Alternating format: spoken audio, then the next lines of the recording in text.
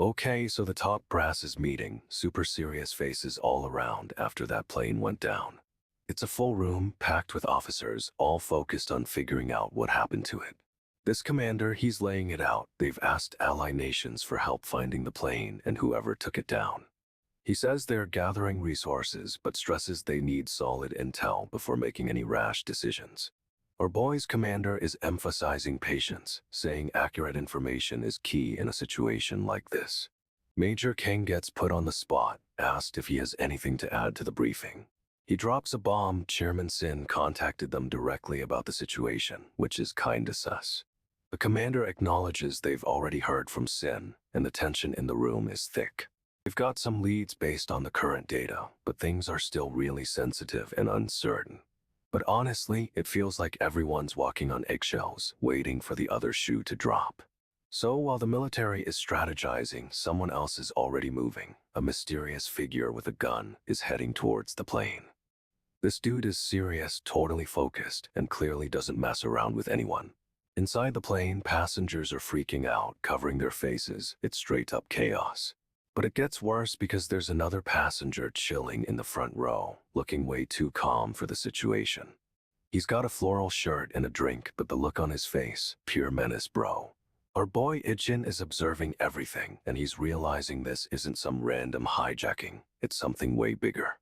He thinks if they're only after the passengers, this would be inefficient, but it's a distraction, he knows it. Ijin is analyzing the situation, realizing the real target is something or someone else on that flight. However, he's already piecing it together. This isn't about the plane itself, it's about who's on board. And honestly, this is about to get intense because our boy is about to turn this whole flight into a battlefield. Ijin's telling the woman beside him not to feel guilty about anything, like at all. He's analyzing the situation and realizing they've planted multiple people throughout the plane, even in the cockpit. But here's the kicker, they clearly don't intend to blow up the plane, which is a total curveball. The woman asks what's going to happen to them, and Ijin looks seriously concerned, bro. He's thinking out loud, explaining that if blowing up the plane was their goal, they'd have sent way fewer people. Ijin and the woman share a look, and she's clearly starting to trust his judgment, which is good. He figures the destination is probably close by, which means things are about to escalate quickly. The other passenger, the one with the floral shirt, is looking at Ijin with a menacing glare. This dude is trouble. Ijin's maintaining eye contact, totally unfazed, and honestly, he's a stone-cold legend. They're locking eyes and it's super tense, like a showdown is about to happen right there in the cabin. Ijin was no ordinary agent, and it's becoming clear he's deducing something huge about this situation. His ally is bringing a satellite phone, but they need to get it from the overhead compartment. Awkward. The floral shirt dude is totally suspicious, staring right at them. He's clocked Ijin for sure. Ijin's got a plan. He'll distract everyone while his ally grabs the phone, but it's a tight squeeze. This dude is straight up twitching, and Ijin's reaction is priceless. He's already anticipating the move. Ijin's subtly tightening his grip, and you know something's about to go down, bro. The floral shirt guy's arm moves and Ijin is ready to intercept. No way he's letting anything happen. Ijin's grabbing the arm before it can reach the compartment, and honestly, this dude had it coming. Ijin's delivering a warning, telling the guy to back off. It's a serious threat and everyone can feel it. However, the floral shirt guy isn't backing down, and the tension is so thick you could cut it with a knife. Kid blurts out they need to use the bathroom, and Ijin's like, wait a minute, he's putting it together. The floral shirt guy and a woman realize Ijin figured out their plan, and they're totally thrown off guard. Ijin gives a subtle nod, confirming he's onto them, and it's so smooth, bro. This dude is a pro. A flight attendant appears with a gun, and the other attendant flinches, clearly not expecting that. The attendant with the gun gives the flinching attendant a menacing look. She's not messing around. The attendant asks what they need, but she's clearly sizing them up. This is getting intense. Everyone on the plane starts raising their hands, claiming their stomachs hurt, and it's total chaos. The woman in the hat says her tummy hurts too, but she's also giving the attendant a suspicious look. The floral shirt guy and a few others raise their hands, joining the fake stomach ache chorus. What a mess. It's a full-blown operation now, with everyone claiming illness, and Ijin's just watching it unfold. Jin starts walking down the aisle step by step and everyone is straight up staring at him. It's intense. The floral shirt guy tries to play it cool, but the flight attendant is totally focused on him now. The attendant pulls out her gun and bam, she shoots the floral shirt guy right in the shoulder. No way, she's yelling at him and everyone is freaking out, especially the guy who just got shot. The attendant glares at another passenger and this dude is visibly terrified. She's not messing around. Ijin reaches the front of the plane and you can just feel the pressure building. He's about to make a move. The attendant is still holding the gun and she's scanning the passengers, making sure nobody else tries anything. Ijin's got this cold look on his face. He's ready for whatever comes next, bro. Passengers are completely frozen, staring at Ijin and the attendant, and honestly, it's a total standoff. Okay, so this dude, General Tavik Slendra, is giving a super intense speech about taking down a corrupt government. He's rallying his loyal comrades, making it clear this is their fight and no one else's. Tavik straight up declares he's going to deliver judgment on this government. Talk about a power move. He emphasizes they won't tolerate any interference from outside nations, and his stare is seriously chilling. Tavik is laying down the law and his expression is saying, "Mess with us and you'll regret it for sure." Meanwhile, we cut to a briefing room where high-ranking military officials are watching this broadcast. These generals are clearly taking Tavik's threat seriously, looking all stoic and determined. One of the generals is presenting, but everyone's attention is fixed on the screen and Tavik's message. The room is tense and you can feel the weight of the situation as they assess this potential conflict. And honestly, this dude Tavik is making it clear he's not backing down and things are about to get wild. So one of the generals asks if Tavik started a civil war in his country. It's a legit question, honestly. Apparently, Tavik believes if other nations stay out of it, the military will let him have whatever he wants. But here's the kicker, he's demanding weapons and money from them to make it happen. No way. The generals are floored, you can see the shock on their faces. It's a total power play. They reveal there's been major corruption in his government recently, and things are messy. The crimes are heinous and whispers are flying around that Tavik is about to get booted, or worse, executed. Our boy Tavik is making one last desperate gamble to save himself now that he has nothing to lose. These generals are piecing it together, realizing this is all about self-preservation. However, they're also figuring out he's not afraid to burn everything down to get what he wants. And honestly, this dude is playing a dangerous game, but he's playing to win. Okay, so our boy is currently leading a full-on infiltration of the Lajapura coast, no joke. But the government is in total chaos, meaning they can't offer much support for this mission, which is rough. The team is rushing ashore, weapons ready, and it's clear this isn't a friendly visit. Meanwhile, on the plane, things are getting tense as passengers start to murmur and panic. A flight attendant tries to regain control, straight up yelling at everyone to be quiet, but it's not working. The passengers are visibly shaken, staring around, and honestly, you can feel the fear building. One woman looks out the window, clearly distressed by something she sees on the tarmac. However, the plane is surrounded by armed personnel, and it's becoming super obvious this flight isn't normal. And honestly, the tension is insane. It's like everyone knows something bad is about to happen. This dude Tavik is playing chess while everyone else is playing checkers, and it's terrifying. Our boy is laying down the law. They absolutely cannot use the satellite phone right now. He explains the enemy has tech that can detect satellite signals, and getting caught would be disastrous. The passengers are starting to freak out, but this dude is staying ice cold. He warns them the enemy will harm someone as an example if they find the phone. No way is that happening.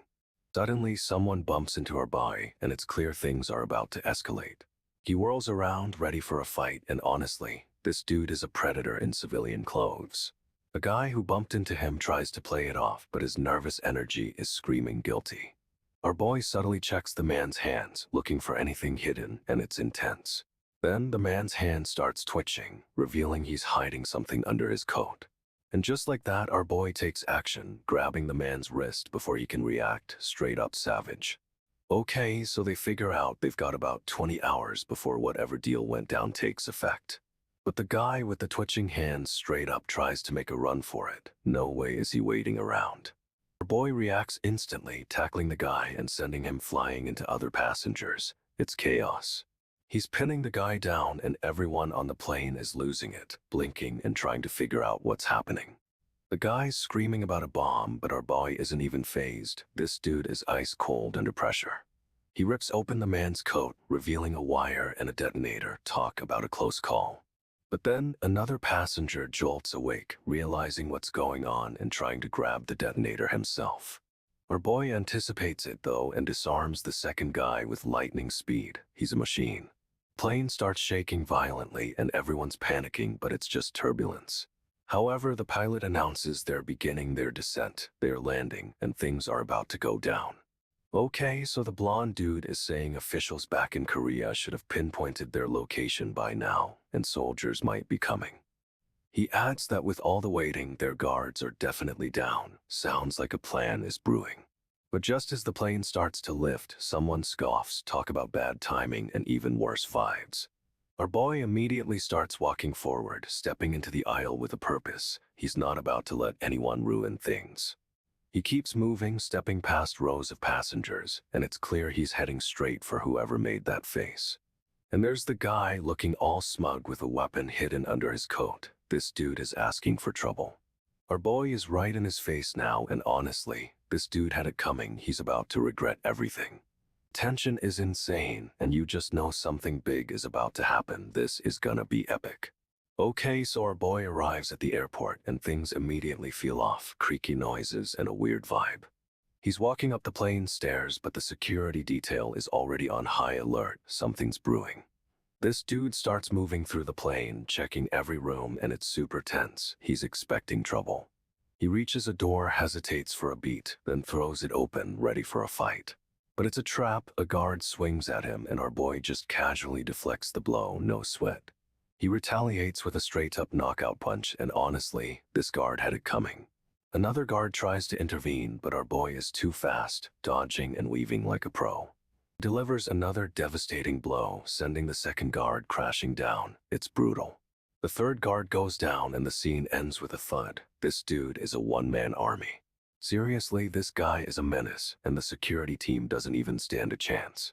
He demands to know who's hiding, and suddenly another armored figure emerges from the front. It's a second mercenary.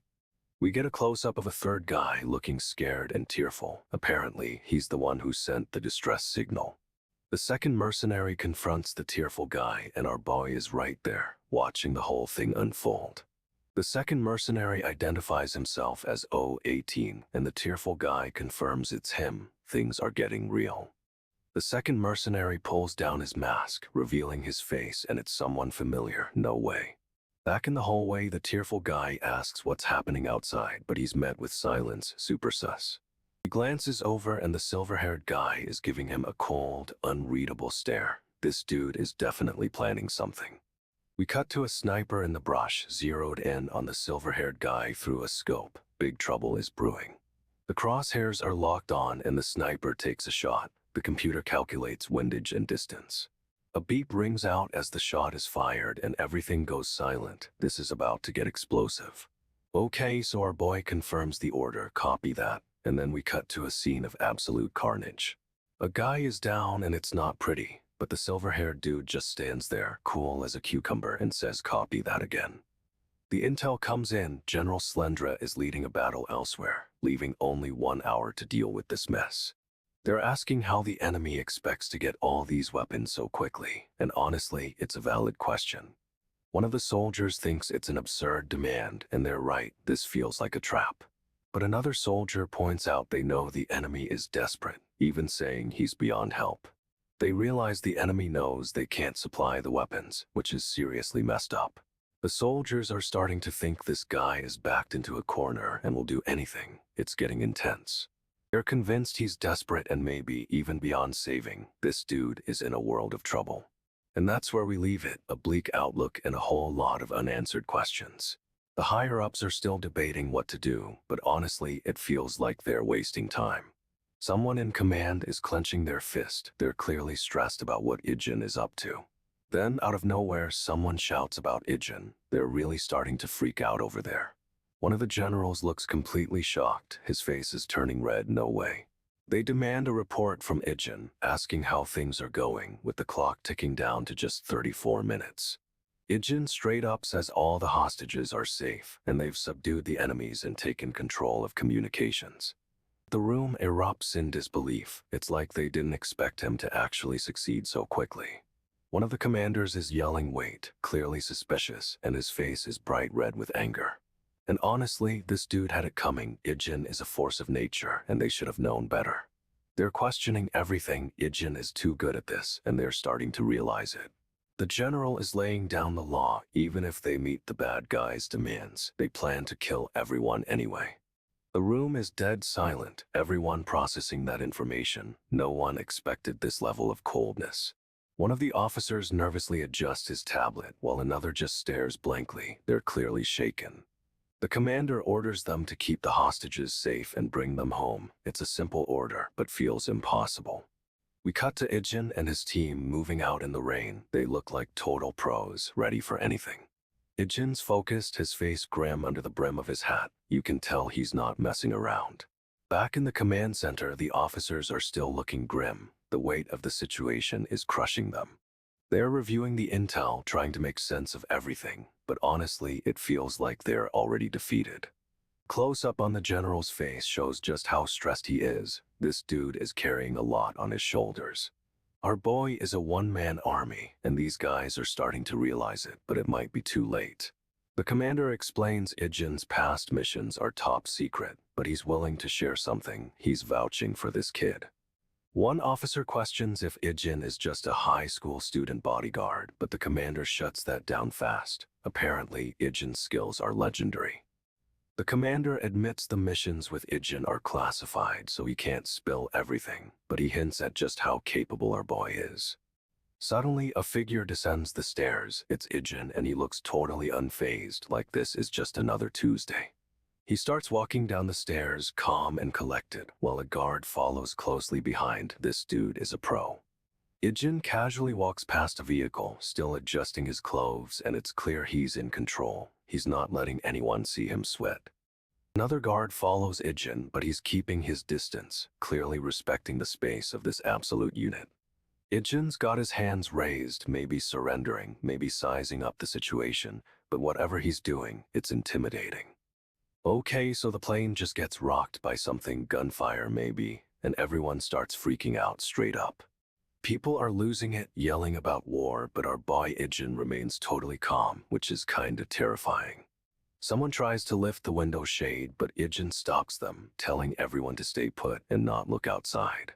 He walks toward the front of the plane, looking super serious, promising they need to stay patient, like he knows what's going on.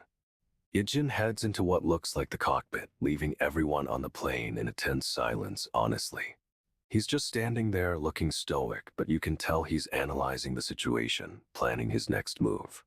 The plane is still full of panicked passengers, murmuring and glancing around, totally clueless about what's happening. You get a close-up of a worried woman, and you just know she's about to be a key player in this mess. Ijin starts walking down the aisle step by step, and the tension is building. This dude is about to take control. He's moving with purpose, and you just know whatever he's planning is gonna be intense. Ijin pulls a gun and everyone flinches. No way they saw that coming. He tells a guy to guard the entrance, keeping things secure while he steps outside.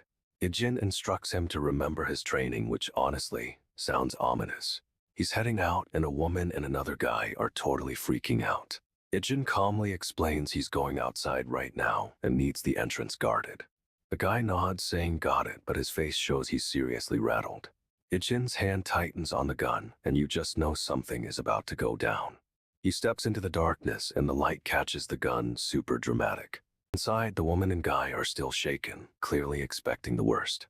Ijin's got this whole situation under control, but the tension is insane right now. Ijin's telling everyone they're all risking their lives, and straight up, he's not wrong. He gets a nod of acknowledgement and calmly tells them to stay focused. This dude is ice cold. Ijin drops a bombshell. Their teammate Ijin is fighting for them right now. Talk about pressure. Suddenly, Gush, someone on a guard tower, gets taken out, and things are escalating fast. Gunfire erupts, and our boy's crew is immediately returning fire. It's a full-on shootout. They're laying down cover fire, and honestly, This is intense, non-stop action. One of the soldiers raises a hand, a signal, but we don't know what it means yet. The fighting continues and it's clear they're pinned down, but Ijin's crew isn't backing down. However, it looks like Ijin's team is starting to push forward, taking the fight to the enemy. Bro, this is a war zone and Ijin is leading the charge. No way this is going to end quietly. The team is laying down suppressing fire, but Ijin's taking out enemies one by one with insane precision. He's got a sniper rifle and is absolutely dismantling their defenses, picking off anyone who shows their face. One soldier tries to reload, but Ijin's already on him. This dude doesn't even get a chance. Ijin's weapon jams at the worst possible moment, but he's too fast, he clears it instantly. He's switching to another gun, continuing to return fire while moving. This guy is a machine. Another soldier attempts to flank them, but Ijin's already anticipating the move and takes him down. Ijin's crew is getting overwhelmed, but they're holding their ground. It's a desperate fight. However, Ijin takes out the sniper who is causing the most trouble, turning the tide a bit. He's now engaging in close quarters, taking out enemies with brutal efficiency, no mercy. But the enemy is relentless and Ijin's forced to keep moving, dodging bullets like a pro. Ijin's taking out enemies left and right, but a sniper has him in their sights. This is getting intense. The sniper fires, but Ijin somehow manages to dodge and straight up returns fire with incredible speed. He lands a shot and the sniper goes down. Ijin is a menace. No way anyone is safe. Ijin keeps moving and spots more enemies watching from a building window, getting ready to attack. He raises his rifle, lining up a shot, and the enemy realizes they're the target. Too late for them. Ijin fires and we get a glimpse through the scope. He's got a grin on his face. This is brutal. He's squeezing the trigger and honestly, these guys messed with the wrong person. Ijin continues to scan the area, making sure the coast is clear. Our boy doesn't miss a thing. He's walking away, weapons slung over his shoulder, while the enemy building is left in ruins. But from the window, someone is still watching Ijin. This isn't over yet, is it? Ijin's still engaging, taking out enemies in a flurry of gunfire. This dude is a machine. He's dashing through the chaos, dodging bullets and returning fire with insane accuracy. Ijin grabs another rifle from a fallen enemy, like he even needed it, honestly. He's taking down enemies near a vehicle, and it's a total bloodbath. No one is safe. Ijin's fighting like a man possessed, and the enemy forces are getting absolutely wrecked. He kicks open a door, catching the enemy off guard. This is straight up relentless. Ijin continues firing, and the enemy soldiers are falling left and right. It's brutal. But someone's still alive, and they're taking cover, trying to regroup and fight back. Ijin keeps the pressure on, firing relentlessly. Our boy isn't giving them a chance. He's unleashing a hail of bullets, and the enemy is getting completely overwhelmed. No way out. Okay, so our boy Ijin just finished a mission in what's straight up a war zone, and it's looking rough. He's standing there cool as a cucumber while his team gathers behind him. They look beat, but alive. One of the mercs thanks Ijin, but he brushes it off, saying talking on the radio during the mission brings back memories. Another team member chuckles and says see ya, but things get awkward fast. This dude is clearly still processing everything. One of the mercs straight up calls Ijin a hassle, and honestly, he's not wrong. Our boy causes chaos everywhere. Another merc stays silent, but you can tell he's judging Ijin too. This team dynamic is wild.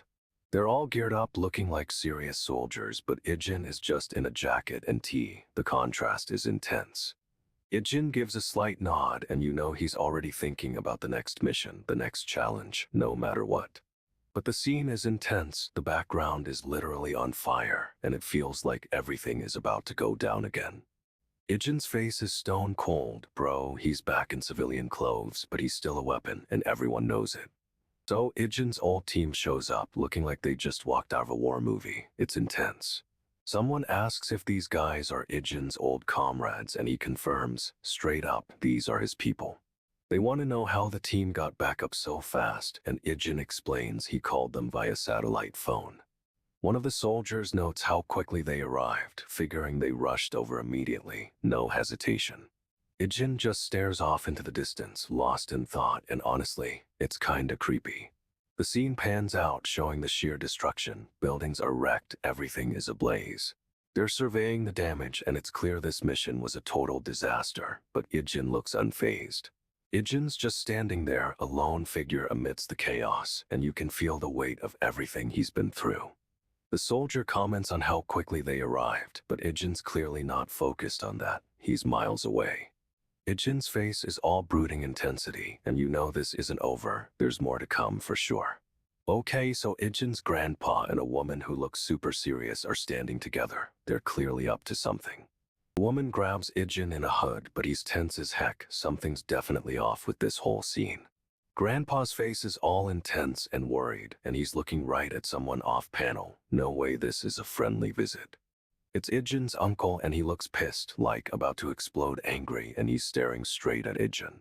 The uncle demands to know why Ijin called his team, but Ijin just stares him down, totally unfazed. The uncle is laying it on thick, saying he's been waiting for this moment. This dude is seriously menacing. Grandpa tries to intervene, but the uncle cuts him off, insisting he needs to speak to Ijin alone. They move into the VIP lounge, and the tension is so thick you could cut it with a knife. This is about to get real. The uncle reveals he's been watching Ijin for a while, and he's not happy with what he's seen. Then the phone rings. It's a call for Ijin, and the look on his face says it all. Trouble is brewing. Ijin's uncle is laying it all out. General Slendra, the guy who caused all the trouble, is dead after resisting. And get this, Lajapura just officially apologized to everyone involved, trying to smooth things over. A little girl who we find out is Ijin's sister runs up to him, looking totally freaked out. Something's wrong. She's asking if he's all right, and honestly, he looks pretty shaken up, but he brushes it off with a yeah. Grandpa and the woman both move in to hug Ijin, offering comfort, but it feels forced, like they're hiding something. Ijin's grandpa welcomes him home, and the woman pats his back, but Ijin's face is a stone wall. He's not buying it. We get a close-up of Ijin, and you can see a single tear rolling down his cheek. This dude is seriously holding it together. He tells them he's sorry for worrying them, but his expression says he's got a lot more on his mind. The woman delivers the news. General Slendra was the leader of the whole incident. Huge reveal. And Lajapura issued an official apology, but Ijin clearly isn't satisfied, and we know this isn't over.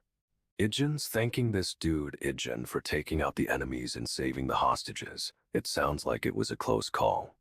Apparently, it was a highly organized army, and Ijin couldn't have done it alone, which is kinda surprising. The country wanted to reward Ijin's team, but they straight up refused the offer. What is going on with these guys? Ijin's uncle confirms he knew about everything, and honestly, he seems pretty upset with how it all went down. We cut to a warehouse, and it's loaded with weapons. This is where things are about to get real. I can feel it. Some serious firepower is laid out on the table: rifles, ammo, the works, and a rough-looking dude is checking it all. A group of guys are chilling on couches, looking all intense. This is definitely a planning session, and it's about to pop off. One of the guys is serving drinks while another is staring daggers. The tension is thick, I'm telling you. Ijin's uncle is on the phone, and he's dropping some serious info. This is way bigger than we thought. Here's the kicker: Ijin's grandpa and the woman are acting weird, and Ijin definitely knows something is up. Ijin's uncle is loading a pistol, looking seriously ticked. He's definitely not happy with how things went down. This massive dude with the beard is staring down Ijin's uncle, looking like he wants a piece of the action. Okay, so the team is deciding whether or not to help their comrade, but they're all leaning towards saying no, cold-blooded. Ijin's uncle is suiting up, grabbing another gun. He's going in alone, it seems, but why?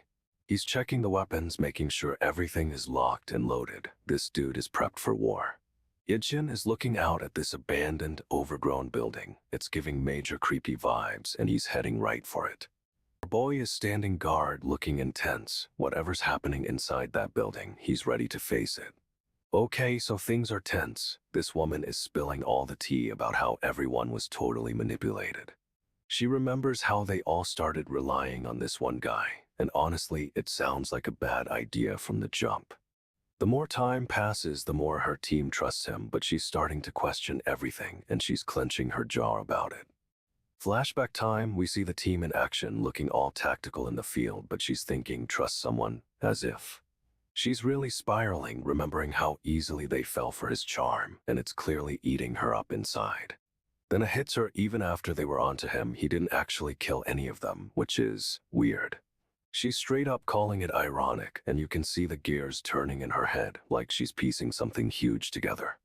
But here's the kicker, someone's got a gun, and it's a serious piece of tech, hinting at some serious firepower. Our boy is clearly deep in thought, and it's giving off major "I'm about to do something crazy" vibes. However, it looks like he's preparing for a fight. This dude isn't messing around, and things are about to explode. Okay, so the injured woman asks if he lost the kid too, and our boy just confirms it, cold as ice.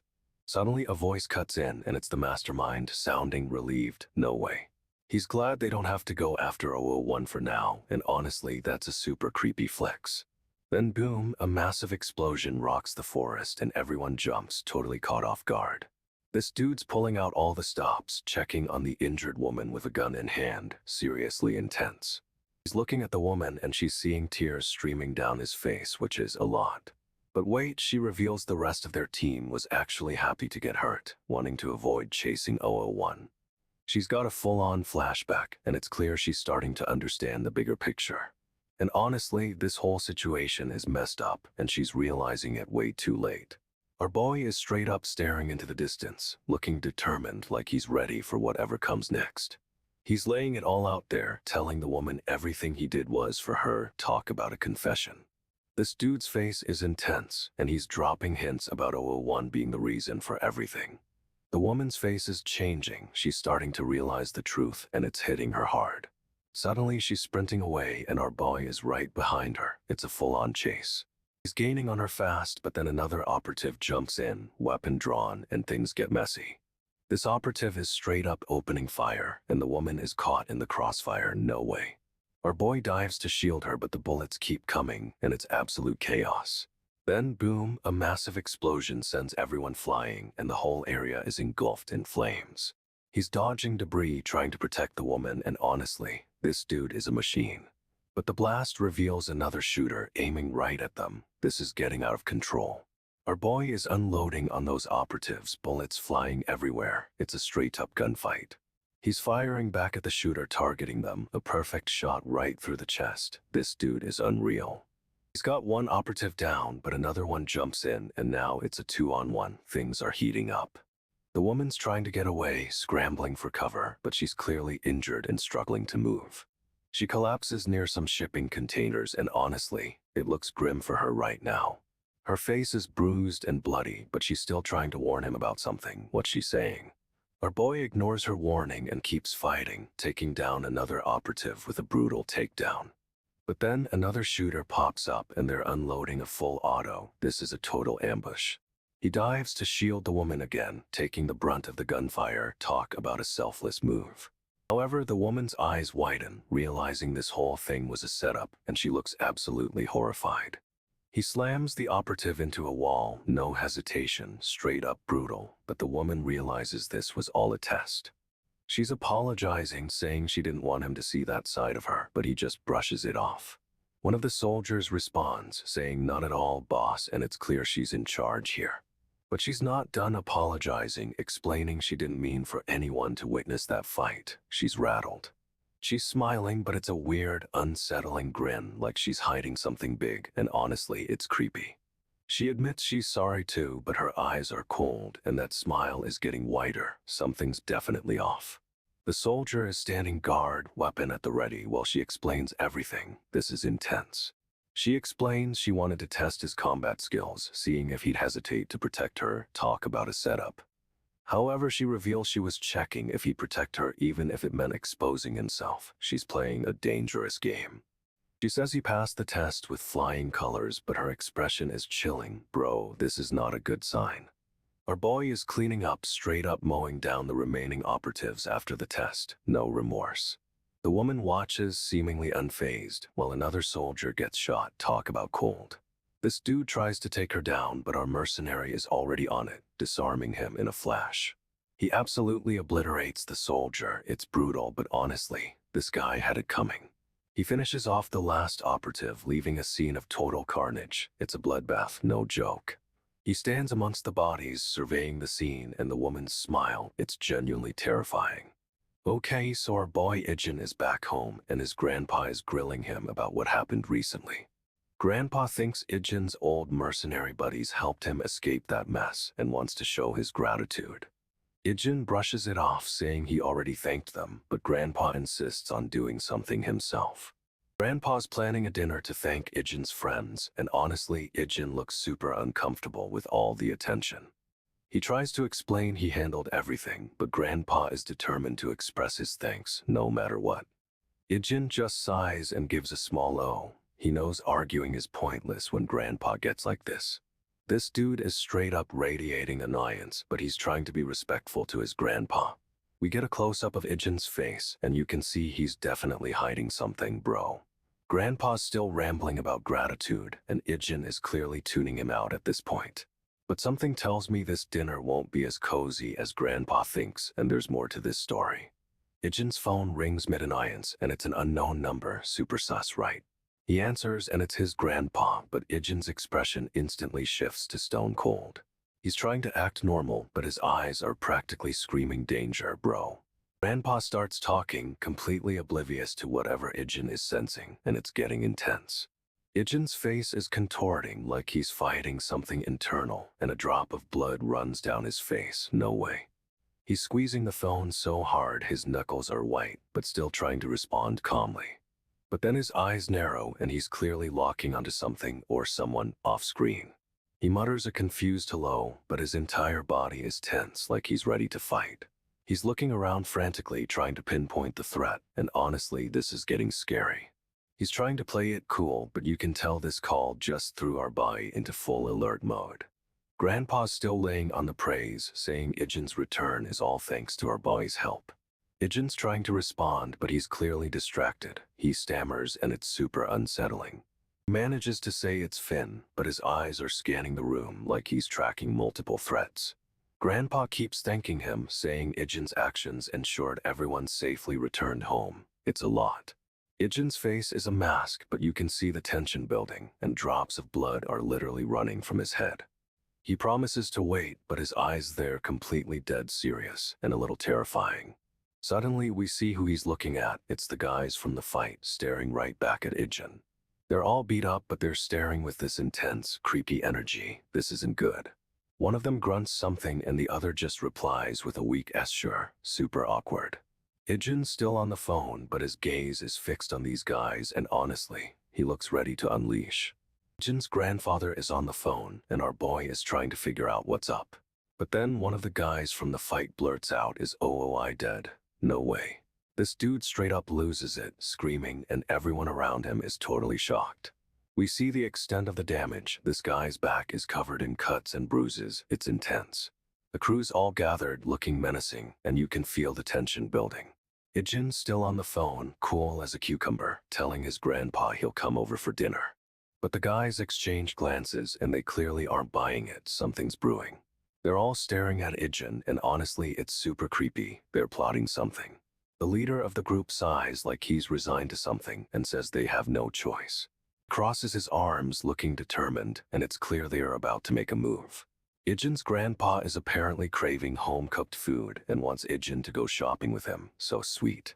The other guys are all in on it, agreeing to go along, but it's totally a front. They're up to something. The leader of the group suddenly demands fried chicken, yelling it out like it's a life-or-death situation. Ijin gives a short all right, but his expression says he's not thrilled. This is getting good. They start walking, the leader and another guy in front, Ijin bringing up the rear, a classic setup. However, Ijin's eyes are locked on the leader's back, and he's clearly sizing him up. Trouble is brewing. Ijin's explaining he's been perfecting his cooking, and everyone seems to enjoy it. Pretty wholesome, right? But the guy in the car with the weird hair is giving Ijin the side-eye, and something's definitely off. The blonde dude chimes in, saying he's craving the food but not obsessed, a totally normal response. Suddenly, the grandpa figure in the car asks him, like he's picking up on the tension, and it's creepy. They pull up to a roadside ice cream shop called Station, and it looks deserted, honestly. Two guys in work uniforms step out, looking like they're blocking the road, and Ijin's grandpa asks what's going on. They claim their car broke down, apologizing for the roadblock, but it's a super weak excuse. Ijin knows it. And then bam, one of the guys pulls a gun and straight up starts shooting at Ijin's car. No way. The grandpa figure reacts instantly, getting shot in the shoulder, but he's still trying to protect everyone. Ijin's grandpa is down, and this dude thought he could take our boy. He's about to regret everything. Our boy is getting ambushed. A whole convoy tries to run him off the road, but he's swerving like a pro. They're really committed to taking him out, but he's driving off-road, straight into the wilderness. The chase continues with cars crashing and explosions happening all around. It's a total demolition derby. A squad of masked soldiers jumps out, forming a perimeter and trying to box him in, but our boy isn't fazed. Two of the soldiers try to get the drop on him, weapons raised, but they are about to learn a serious lesson. The lead soldier opens fire, and honestly, this dude had it coming. Instant regret as the bullets ricochet off the car. This dude is unloading a full auto, spraying bullets everywhere. It's a complete firefight, no way. The soldiers are scrambling for cover, but our boy is too quick, picking them off one by one with insane accuracy. He's still laying down suppressive fire, forcing the enemy to duck and weave for their lives. Our boy's got a grip on that SMG, and he's ready to finish this. This is straight up a one-man army. Our boy is taking serious damage. He's hit, and it looks brutal, but he's still fighting. He's yelling in pain, but still manages to grip that SMG and return fire. This dude is relentless. One soldier goes down in a spray of blood, a clean headshot, no hesitation, straight up lethal.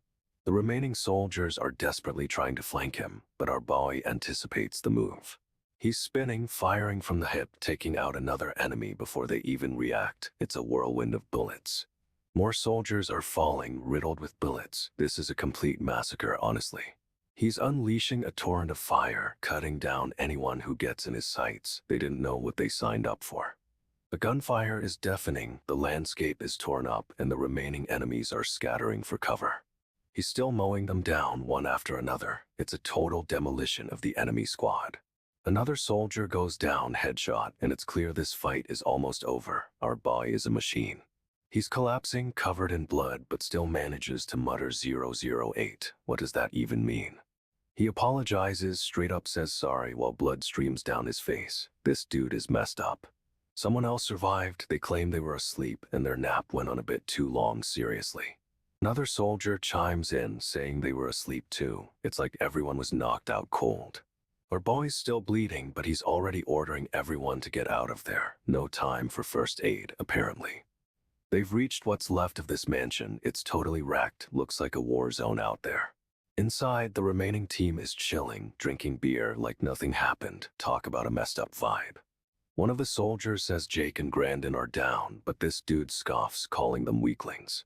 This white-haired guy arrives, and he's not happy. He thinks they were given the crappy assignments.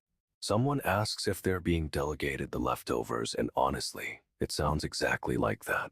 The Alpha team is still tracking 2 targets, but someone points out there were 20. Wait, what? Turns out 7 of them are already dead. No way, that's a massive casualty count already. The commander is straight up furious, demanding answers, and this dude is about to get reamed out. He tries to play it cool, but the commander isn't buying it. This guy's face is priceless. A white-haired soldier arrives, grinning like a maniac. He clearly knows something's up. He reveals the boss specifically wanted these 2, and our boy realizes he needs to get involved. He storms off, glaring at the white-haired guy. This is about to get intense, you just know it. Commander doesn't even bother arguing, saying he has his own job to do. Seriously. The white-haired soldier smirks, clearly thinking he's better than everyone else. What a jerk. He's got that I'm the main character energy, and honestly, it's annoying. Okay, so this dude's got a plan. He's ordering his team to open fire on the building. The team unleashes a hail of bullets, but our boy is already moving, dodging everything with ease. He's weaving through the gunfire, heading straight for the building, like he wants to be a target. The commander is yelling orders, trying to stop him, but our boy is completely ignoring everything. He's up close now, and with a single move, he's dismantling the enemy. It's seriously fast. This dude is a whirlwind of destruction, taking down enemies before they even react. It's insane. He's got one guy pinned, and another one's about to shoot, but our boy disarms him instantly. Seriously, he's just too quick. The enemies can't even get a shot off before he's on them. The commander is watching, speechless. He can't believe what he's seeing, honestly. Our boy finishes cleaning house, and the commander just stares, clearly questioning everything. Okay, so the commander is furious. He can't believe they sent a whole team for just this little operation. He demands to know what's going on, and intel reveals the targets are a small, highly skilled mercenary group. But here's the kicker, this group only takes jobs through word of mouth and stays super under the radar. The commander's still not impressed, asking if they really needed them for less than 10 people. Our boy overhears and straight up asks why they even bothered sending him. He's not messing around. He's staring off into the woods, and you can tell he's already thinking 3 steps ahead. This is getting good. The commander is looking at the building, and it's seriously damaged. No way this was a simple takedown. He's piecing things together, realizing whatever happened here was a full-blown fight, not a stealth mission. The commander is seriously questioning the intel now. Something doesn't add up about this operation. Our boy is still staring into the woods, and he's definitely planning his next move. This is intense. Our boy is already gone. He slips away while the commander's still ranting. No hesitation at all. The base is silent, then RR ring. Someone's calling, and it's interrupting the quiet. You see the mountain landscape hinting at a remote location, but things are about to get intense. Our boy answers looking totally unimpressed, but he's immediately thrown when he hears who it is. No way, it's 008 calling, but the line goes dead before they can even talk. He's instantly on edge, demanding to know what's going on. This call is clearly bad news. He orders 004 to grab the weapons, prepping for a fight, and tells 018 to lock down security. 018 starts checking cameras, and then thud, something massive hits the military hardware storage. 018 is freaking out, but our boy is already diving into the security system to figure out what's happening. He's hacking into the system, analyzing everything, and honestly, this dude is a machine when it comes to intel. He's completely focused, determined to figure out who or what just attacked. This isn't a drill, bro. He's scanning through security footage, chapters 3, 5, 6, 9, trying to pinpoint the attack, but it's all static. Then he realizes all the sensors are offline, which is straight up impossible. Someone's blocking them. 008 bursts in, looking roughed up, and yells that everything is offline. It's a coordinated attack. Our boy grabs a rifle, loading it with terrifying speed, and his face is stone cold. He's going in. He's got a cut on his hand, but he barely seems to notice as he orders everyone to arm themselves and activate the bombs. His expression shifts, it's intense, calculating, and honestly a little scary. He's planning something big.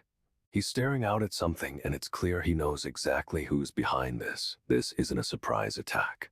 However, this dude is not happy. He's absolutely furious, and you can see the rage building inside him. He's remembering something, flashbacks of a mission gone wrong, and it's clearly connected to what's happening now.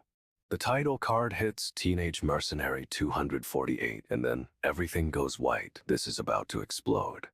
He's realizing they barely escaped with their lives. Those grenades were way too close for comfort. He's piecing things together. Whoever attacked them knew exactly how to disable the security system.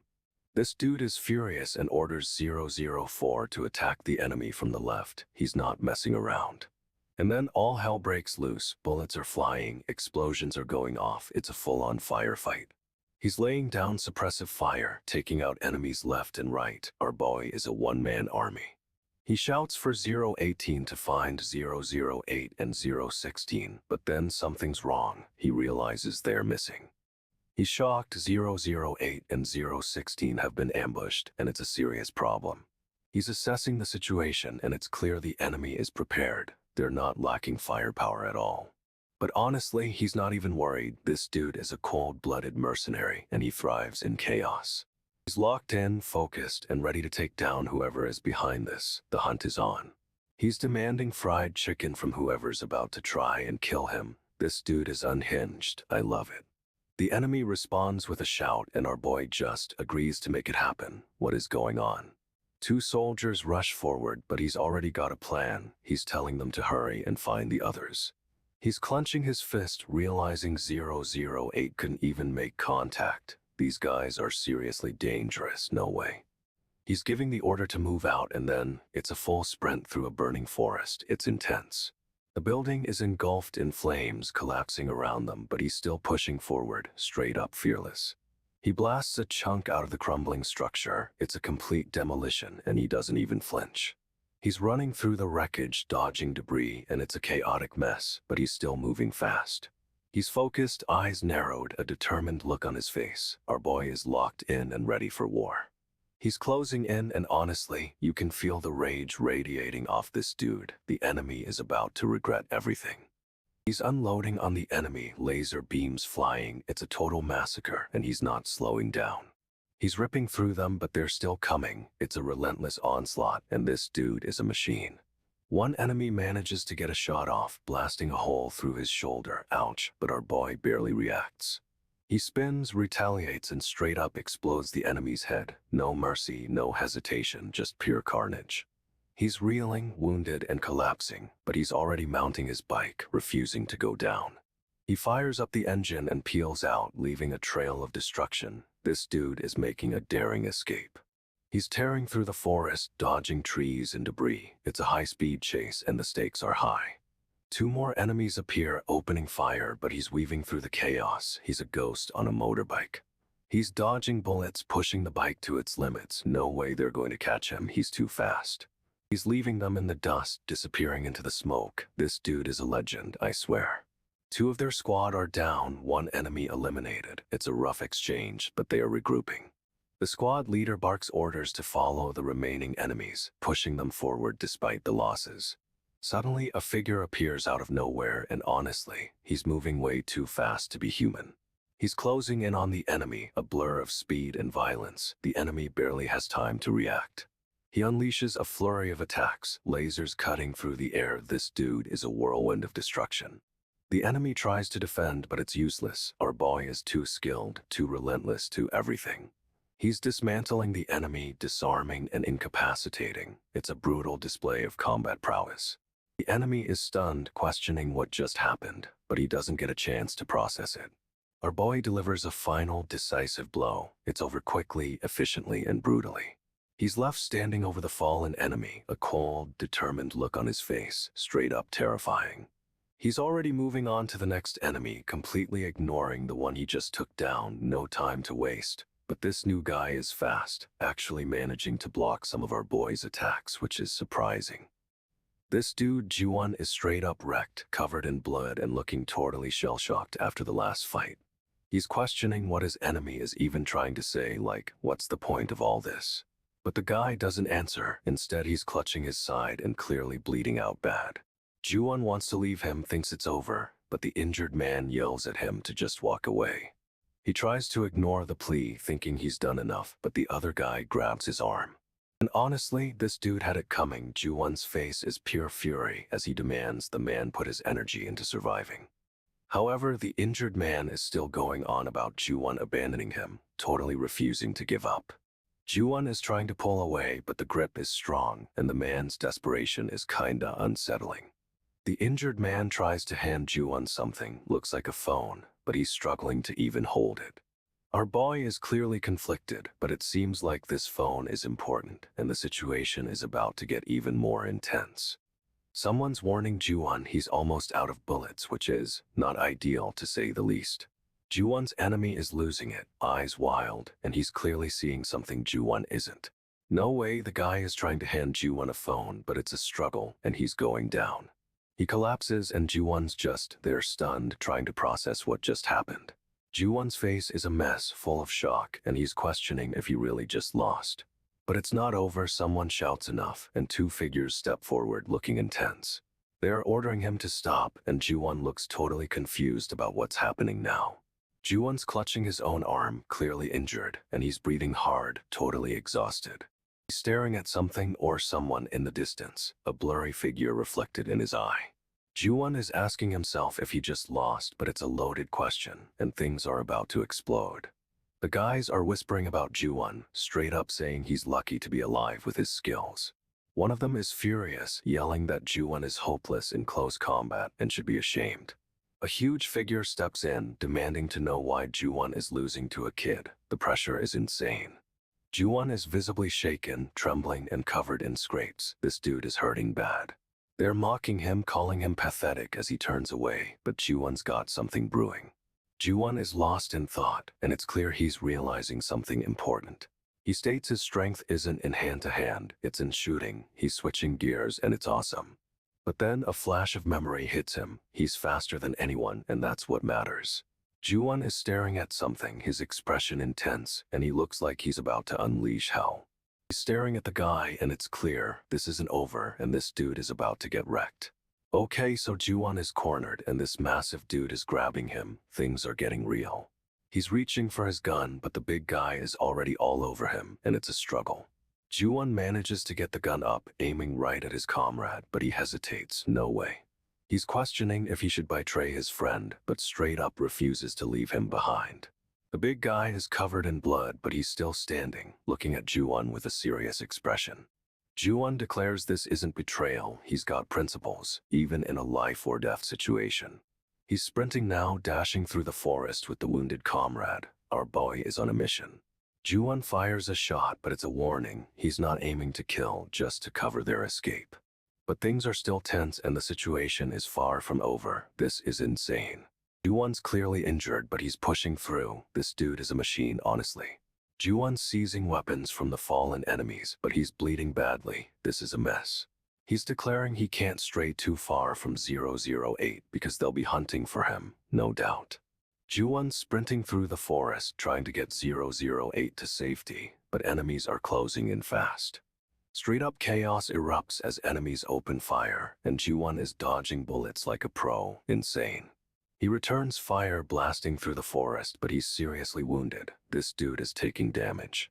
Ju-won's eyes are locked on the enemy, green with intensity as he continues to fight, so focused. He's firing again and again, but the enemy's armor is taking a beating. It's a stalemate. Ju-won's pushing through the pain, dashing forward, ignoring the blood, and it's kinda terrifying. The enemy explodes in a burst of light. Boom, Ju-won just took them down, but things are still hectic. More enemies fall, crushed by the force of Ju-won's attacks, but our boy is barely standing. He's relentless. Ju-won unleashes a flurry of shots, taking down multiple enemies in quick succession. It's a total massacre. But he's hit. Ju-won clutches his shoulder, blood soaking through his clothes, and yells, "Damn it." Ouch. An enemy fires and Ju-won's teammate goes down, but our boy instantly retaliates. Boom, headshot. Another enemy falls, but Ju-won's getting swarmed, taking fire from every direction. This is getting intense.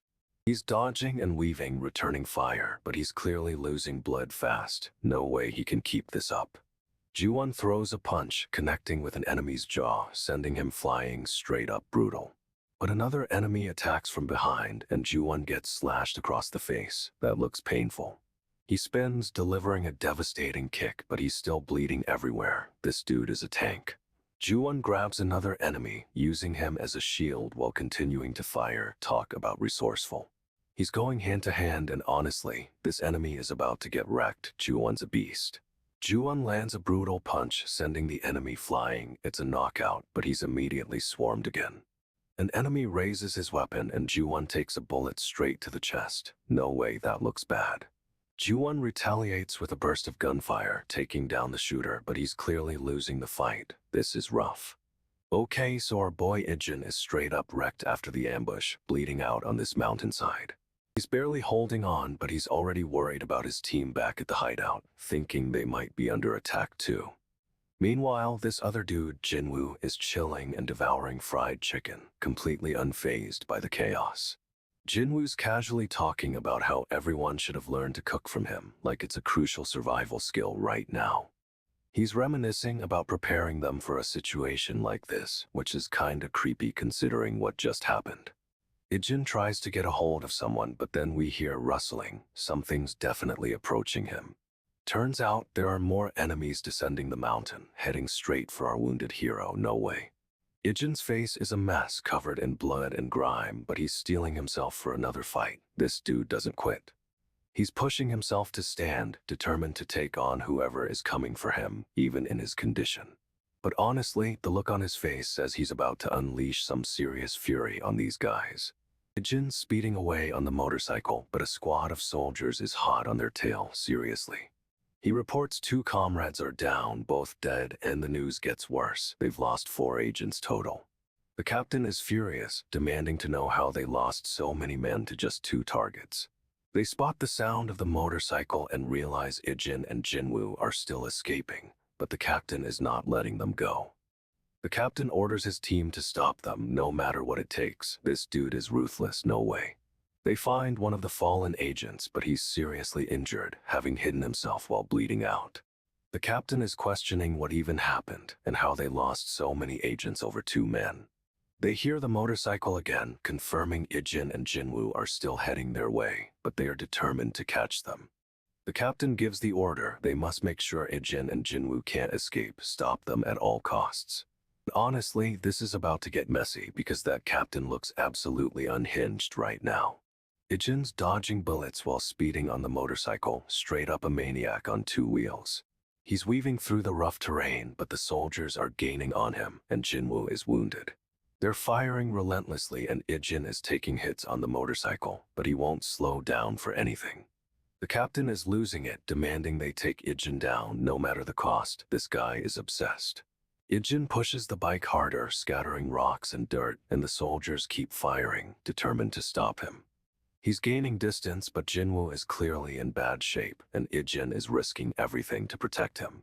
Captain screams orders, and the soldiers are pushing themselves to keep up, refusing to let them escape. Ijin yells, "Let's go," accelerating and leaving the soldiers in the dust, but they're still firing wildly. The motorcycle is taking a beating, sparks are flying, but our boy is still pushing it to the limit. They're unleashing a hail of bullets, and Ijin's weaving through the chaos, determined to get Jinwoo to safety. Ijin's weaving through the gunfire, but the captain straight up pulls a pistol and fires at Jinwoo. No way. Ijin's reaction is instant. He swerves the bike, shielding Jinwoo, and takes a bullet to the arm. He's clutching his arm, blood everywhere, but this dude doesn't even flinch. He's too focused on Jinwoo. The captain is relentless, screaming for Ijin and Jinwoo to be eliminated, and fires again. It's personal now. Ijin yells 016 and suddenly unleashes a burst of blue energy, a shield forming around them both. The energy blast sends the soldiers flying, but the captain manages to stay on his feet, looking absolutely furious. He's aiming right at Ijin, but Ijin's already anticipating the move, deflecting the shot with insane speed. Ijin's closing the distance, but the captain is surprisingly skilled, dodging and weaving, still firing. The captain's hand is covered in blood, but he's still squeezing the trigger. This guy is a maniac. Then boom, an explosion rocks the area and everything goes white, leaving us wondering what just happened. Ijin unleashes a furious attack, blades flying everywhere, but the captain deflects them all with a shield. The captain's shield is taking a beating, cracking under the onslaught, but he keeps coming forward. Ijin lands a solid hit, sending the captain reeling, but he's still standing, fueled by pure rage. He's got the captain cornered, but then Jinwoo suddenly steps in front, trying to stop the fight. Jinwoo's covered in blood, seriously injured, and desperately trying to reason with Ijin. It's heartbreaking. Ijin's face is a mask of fury, red eyes blazing, but he's clearly conflicted about hurting Jinwoo. He's explaining to Jinwoo that the captain ordered the hit on his family, revealing a shocking truth. Jinwoo is stunned, realizing the depth of the conspiracy and the danger Ijin has been protecting him from.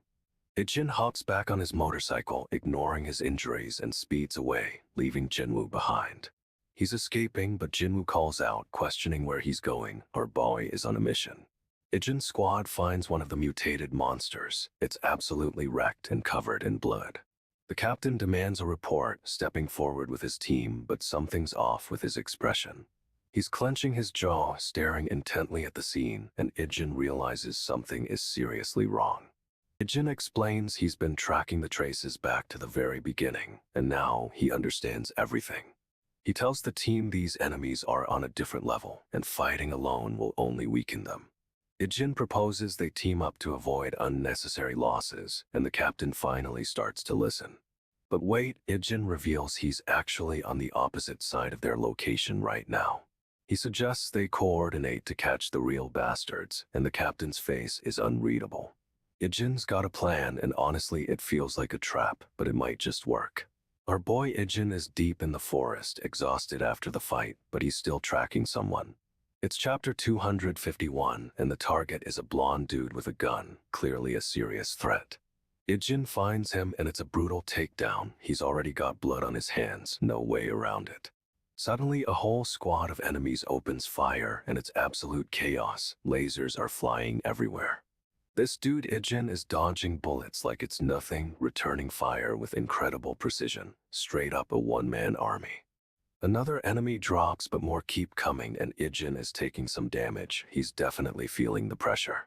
He's fighting like a beast, taking down enemies left and right, but the sheer number of attackers is overwhelming. One enemy gets a clear shot and it looks like Ijin is going down, but he's just dodging as always. Then boom, an explosion rocks the forest, sending debris flying and everything goes white. Another boom, even bigger this time, and it looks like Ijin is right in the blast zone, no telling what happens next.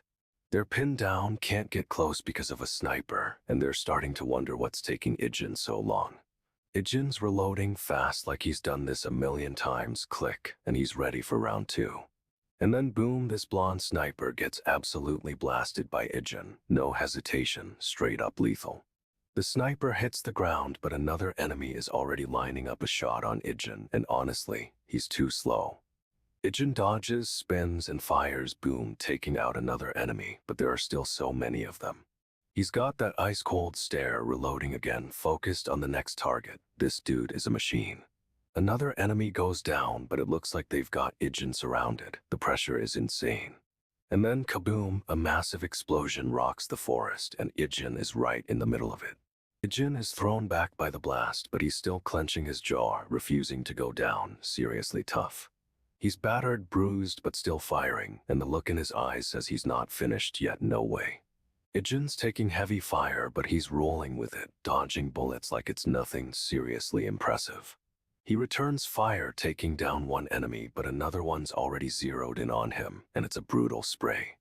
Ijin's getting clipped, blood splatters, but he's still moving, pushing forward. This dude is relentless, no doubt. He's weaving through the trees, trying to flank them, but they're anticipating his moves. It's a deadly game of cat and mouse. Another enemy goes down, but they're closing in, surrounding Ijin, and honestly, the odds are stacked against him. Ijin's firing, moving, reloading, a whirlwind of destruction, but he's taking damage. It's a desperate fight. He manages to take out another shooter, but it looks like he's out of ammo. Oh no, this is bad. Just when it seems like he's cornered, another mercenary bursts onto the scene, saving Ijin, thank goodness. This new guy's covered in blood, breathing hard, but he's laying down, suppressing fire, giving Ijin a chance. Ijin's back in the fight, reloading, and they're working together, a deadly duo taking down the remaining enemies. It's a massacre. Ijin's completely covered in blood, but he's telling the other mercenary to fall back. Our boy is still thinking of others. The other mercenary asks about 008, and Ijin's like, I'll handle it, straight up taking charge, even wounded. This dude is seriously damaged, but he's moving, trying to create distance between them and the enemy. Incredible.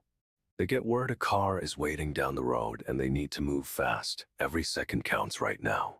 The mercenary with the eye patch starts moving, but Ijin insists he can handle things. He doesn't want anyone else hurt. Ijin's moving, but he's clearly in rough shape, leaving a trail of blood. This is getting intense.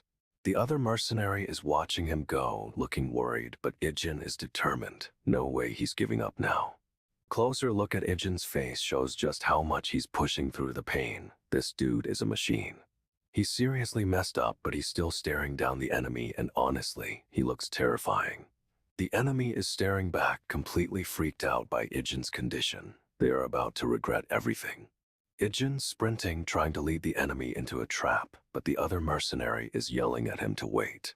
He sets a tripwire connected to explosives, hoping to take out their pursuers. It's a risky move. The enemy car speeds closer, and Ijin's teammate is calling it in. They are about to get air support. The car hits the tripwire and boom, massive explosion, sending debris flying everywhere. It's insane. But the explosion also sends Ijin flying backwards. He slams into a tree hard, and it looks brutal. The teammate is on comms saying they're losing the enemy, but Ijin's condition is serious. Oh no. The blonde mercenary is watching everything unfold, muttering about the terrain, making clean shots impossible. She's gripping her rifle, frustrated and focused on getting a bead on the remaining targets. She's a pro. Ijin's still down, clearly hurt, but he's already trying to get back on his feet. This dude is unbelievable. He's pushing through the pain, determined to finish the job no matter the cost. Our boy is a legend. Ijin straight up clocks another enemy with a brutal punch thwack, and the guy goes down instantly. He's dodging bullets while his teammate lays down covering fire, but another mercenary is already taking hits. The teammate falls wounded and Ijin's furious. He's moving like a man possessed, bro. Another enemy goes flying, blasted backwards by a shot. It's a total bloodbath, no way. Ijin's taking fire, but he's pushing through it, determined to avenge his teammate. What a beast. He's weaving through the trees, trying to flank the remaining enemies, but they're anticipating his move. A flashbang goes off, blinding Ijin, but he's already reacting, spinning and firing before it even clears. Ijin's teammate is down, and he's getting swarmed. Things are looking grim, honestly. But Ijin's not giving up. He's fighting like a cornered animal, taking down enemies left and right. He's asking what's going on, but he already knows. This mission has gone completely sideways. Ijin's got a blade now, and the look in his eyes is terrifying. Straight up psycho, bro. He's holding the knife, blood dripping off it, and declares they're all dying today. No hesitation at all. Ijin's going full-on berserk, cutting down enemies like it's nothing. This is a slaughter, honestly. Okay, so they ambush our boy, thinking they have the upper hand, but he straight up doesn't even flinch. He's calmly telling them off for ambushing him, and then the clicking sound starts. Oh boy, things are about to go down. And boom, he opens fire, ripping through their ranks with insane accuracy. No way, this is brutal. He's mowing them down, a whirlwind of bullets and carnage, and honestly, this dude had it coming. One of the guys tries to get a shot off, but our boy is already anticipating it, dodging like a pro. He's weaving through the chaos, a one-man army, taking out enemies left and right with surgical precision. A bold guy tries to get close, thinking he can overwhelm him, but our boy is already turning the gun on him. The bold guy is getting blasted, and it's messy, real messy, bro doesn't mess around. Another attacker lunges with a pistol, but our boy is faster, effortlessly disarming him with a swift move. He's still firing, still moving, completely unfazed, like this is just another Tuesday for this dude. He's still firing, dodging, and weaving through the chaos, but a guy manages to get close enough to try and tackle him. Our boy smoothly pivots, using the attacker's momentum against him and sending him flying with a brutal throw. The gun goes flying out of his hand, spinning through the air, but he's already reaching for backup, no time to reload. He grabs another pistol, smoothly transitioning into firing mode, while another enemy rushes in, thinking he has an opening. But our boy anticipates the move, delivering a lightning-fast strike that sends the attacker reeling back, clutching his jaw. He's unleashing a relentless barrage of bullets, taking down enemies left and right, and honestly, it's a complete massacre. One guy tries to shield himself, but the bullets rip right through, and it's straight up devastating.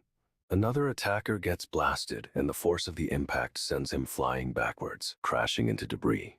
He's locking eyes with another enemy, a cold, menacing glare, and you know this dude is about to get wrecked. The enemy lunges, but our boy is too fast, sidestepping the attack and delivering a punishing counter-strike boom. He declares this fight is over, straight up telling the enemy he's dead, and it's chilling. This dude swings his weapon, but our boy is already moving, dodging the attack with insane speed. He counters with a brutal strike, and the impact sends a shockwave through the enemy's armor. Pow! The enemy's helmet gets cracked, revealing a terrified face, but he's still trying to fight. He shouts that there's no way our boy can beat him in close combat, but bro clearly hasn't been watching. Our boy swings again, and the force of it sends the enemy flying backwards. It's a complete demolition. The enemy crashes hard and the sound echoes, thump, but he's still trying to get up. He's relentless, unleashing another powerful blow, and honestly, this dude had it coming. The enemy's armor shatters under the force, and it's straight up devastating. Another one bites the dust. He finishes the job, and the final impact is explosive. Pow, leaving absolutely no doubt who wins. Our boy's fist is glowing red, and he's unleashing some serious power. It looks like his hands aren't even weapons themselves. He's delivering a massive blow, and the enemy is completely overwhelmed. The force is insane. The enemy is sent flying, crashing through obstacles, but he's still trying to fight. Talk about stubborn. This dude, the enemy, is grinning like a maniac even while bleeding, straight up terrifying. Our boy doesn't even flinch, casually adjusting his gear while the enemy tries to regain his footing. He's getting up, but our boy is already closing the distance. No escape for this guy. Our boy's eyes glow red, and it's clear he's about to finish this. The intensity is unreal. He's launching another attack, and the enemy is completely defenseless. It's a brutal takedown. The enemy's getting wrecked, and he's falling apart, but he still has a creepy look on his face. Our boy stares down the enemy, radiating power. This fight is officially over, and it's a total shutdown. He's slicing through the enemy's blade with insane precision. It's like butter, no way. The enemy's swinging, but our boy deflects it with ease, countering with a blindingly fast strike. He's dodging attacks left and right, moving like a phantom, and honestly, this dude had it coming. Our boy's blade connects and the enemy's weapon shatters. That's a clean break, straight up devastating. He's delivering a final, crushing blow, and the enemy is desperately trying to block, but it's useless. The enemy's armor buckles, then breaks. It's a complete failure of defense, a total shutdown. He's shouting something about not being helped, but our boy just keeps pushing forward, relentless. Another swing, another slice. This dude is moving too fast to track, and the enemy can't defend. He's unleashing a burst of red energy with his eyes glowing. It's like a power-up, unreal. The enemy's down, defeated, and our boy stands over him. This fight is officially over, period. He's unleashing a flurry of attacks, a red blur slicing through the air. It's a total offensive. The enemy tries to block, but our boy's speed is just insane. He's overwhelmed, no way. One enemy screams in pain, but another charges forward, ignoring the danger. This dude is fearless. Our boy spins, dodging the attack, and delivers a swift counter. It's a lightning-fast move. He's slicing through the enemy's arm, then immediately pivots to take down another, straight up relentless. Another enemy falls, clutching his wound, but our boy doesn't even slow down. He's a machine. He's taking out enemies left and right, a whirlwind of red and steel. It's a complete massacre. The last enemy slides to the ground, defeated, as our boy stands victorious. Total domination, bro. Okay, so episode 254 kicks off with our boy speeding away on his motorcycle, looking super intense. He's ripping through the night, and honestly, the bike sounds like a beast right now. He's clearly got somewhere to be, helmet on and focused, but something's about to go down. You can feel it. This dude is seriously injured, clutching his side while trying to stop the bleeding. It's rough. He's leaking fluids, both blood and something else. Whatever it is, it's glowing, which is never a good sign. Ro is seriously hurt, but he's still trying to push through the pain, desperately applying pressure. Suddenly, a group of men in camo surrounds him, looking all serious and intimidating. It's a setup. They've got him cornered, and he's slumped on the ground, totally spent after that fight. One of the guys kneels down, but it's not what you think. He's actually checking on our boy, surprisingly. The leader straight up tells him, "Good job, kid, and you finally won a sparring match," which is weirdly nice. The camo leader explains Recruit 156 had better technique, but our boy's stamina and raw strength are on another level. Apparently, 156 underestimated him, letting his guard down. A fatal mistake, honestly. Now, the leader's saying everyone's making progress, and it's time for the next phase of training. Someone asks what he said to 156 after the match. Apparently, our boy rarely speaks around here. He's sitting alone, bandaging up his arm, looking kinda lost in thought. This dude's got layers. He remembers the fight, and it's clear 156 was holding back, but our boy pushed through anyway. He realizes 156 didn't expect such relentless stamina, and that's what sealed the win. Bro is thinking 156 potential is huge, but he was too careless and let his weakness show. However, he also thinks 156 isn't strong enough to be on the same level as the others. This dude is seriously analyzing his opponent, strategizing for the future. He's always thinking, no way. The leader's laying down the law, no slacking off just because he won a match, bro. He's saying the moment you get comfortable is when you start losing, and honestly, it's kinda harsh. Our boy's just standing there taking it all in, looking totally spaced out. He's processing. He starts rubbing his forehead like he's replaying the fight in his head, and it's clearly bothering him. He's questioning his own performance. Did he really deserve that win, or was 156 just messing around? He remembers 156 holding back, but he pushed through anyway, and now he's realizing that was the key. He thinks 156 has potential, but he's too careless and lets his weaknesses show. Ouch, brutal. But this dude isn't just dwelling on the past, he's already analyzing 156, planning for a rematch. The leader finishes his speech, warning that letting up will only hurt him in the long run.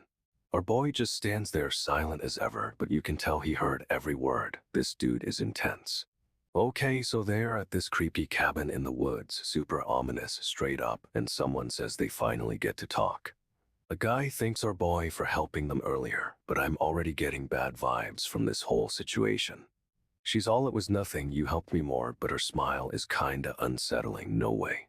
Close up on her face, she's definitely hiding something. Those eyes are intense, bro. Our boy just stares back, looking totally unreadable, but you know he's picking up on everything. You walk into a room and it's a medical bay, someone strapped to a bed, seriously messed up.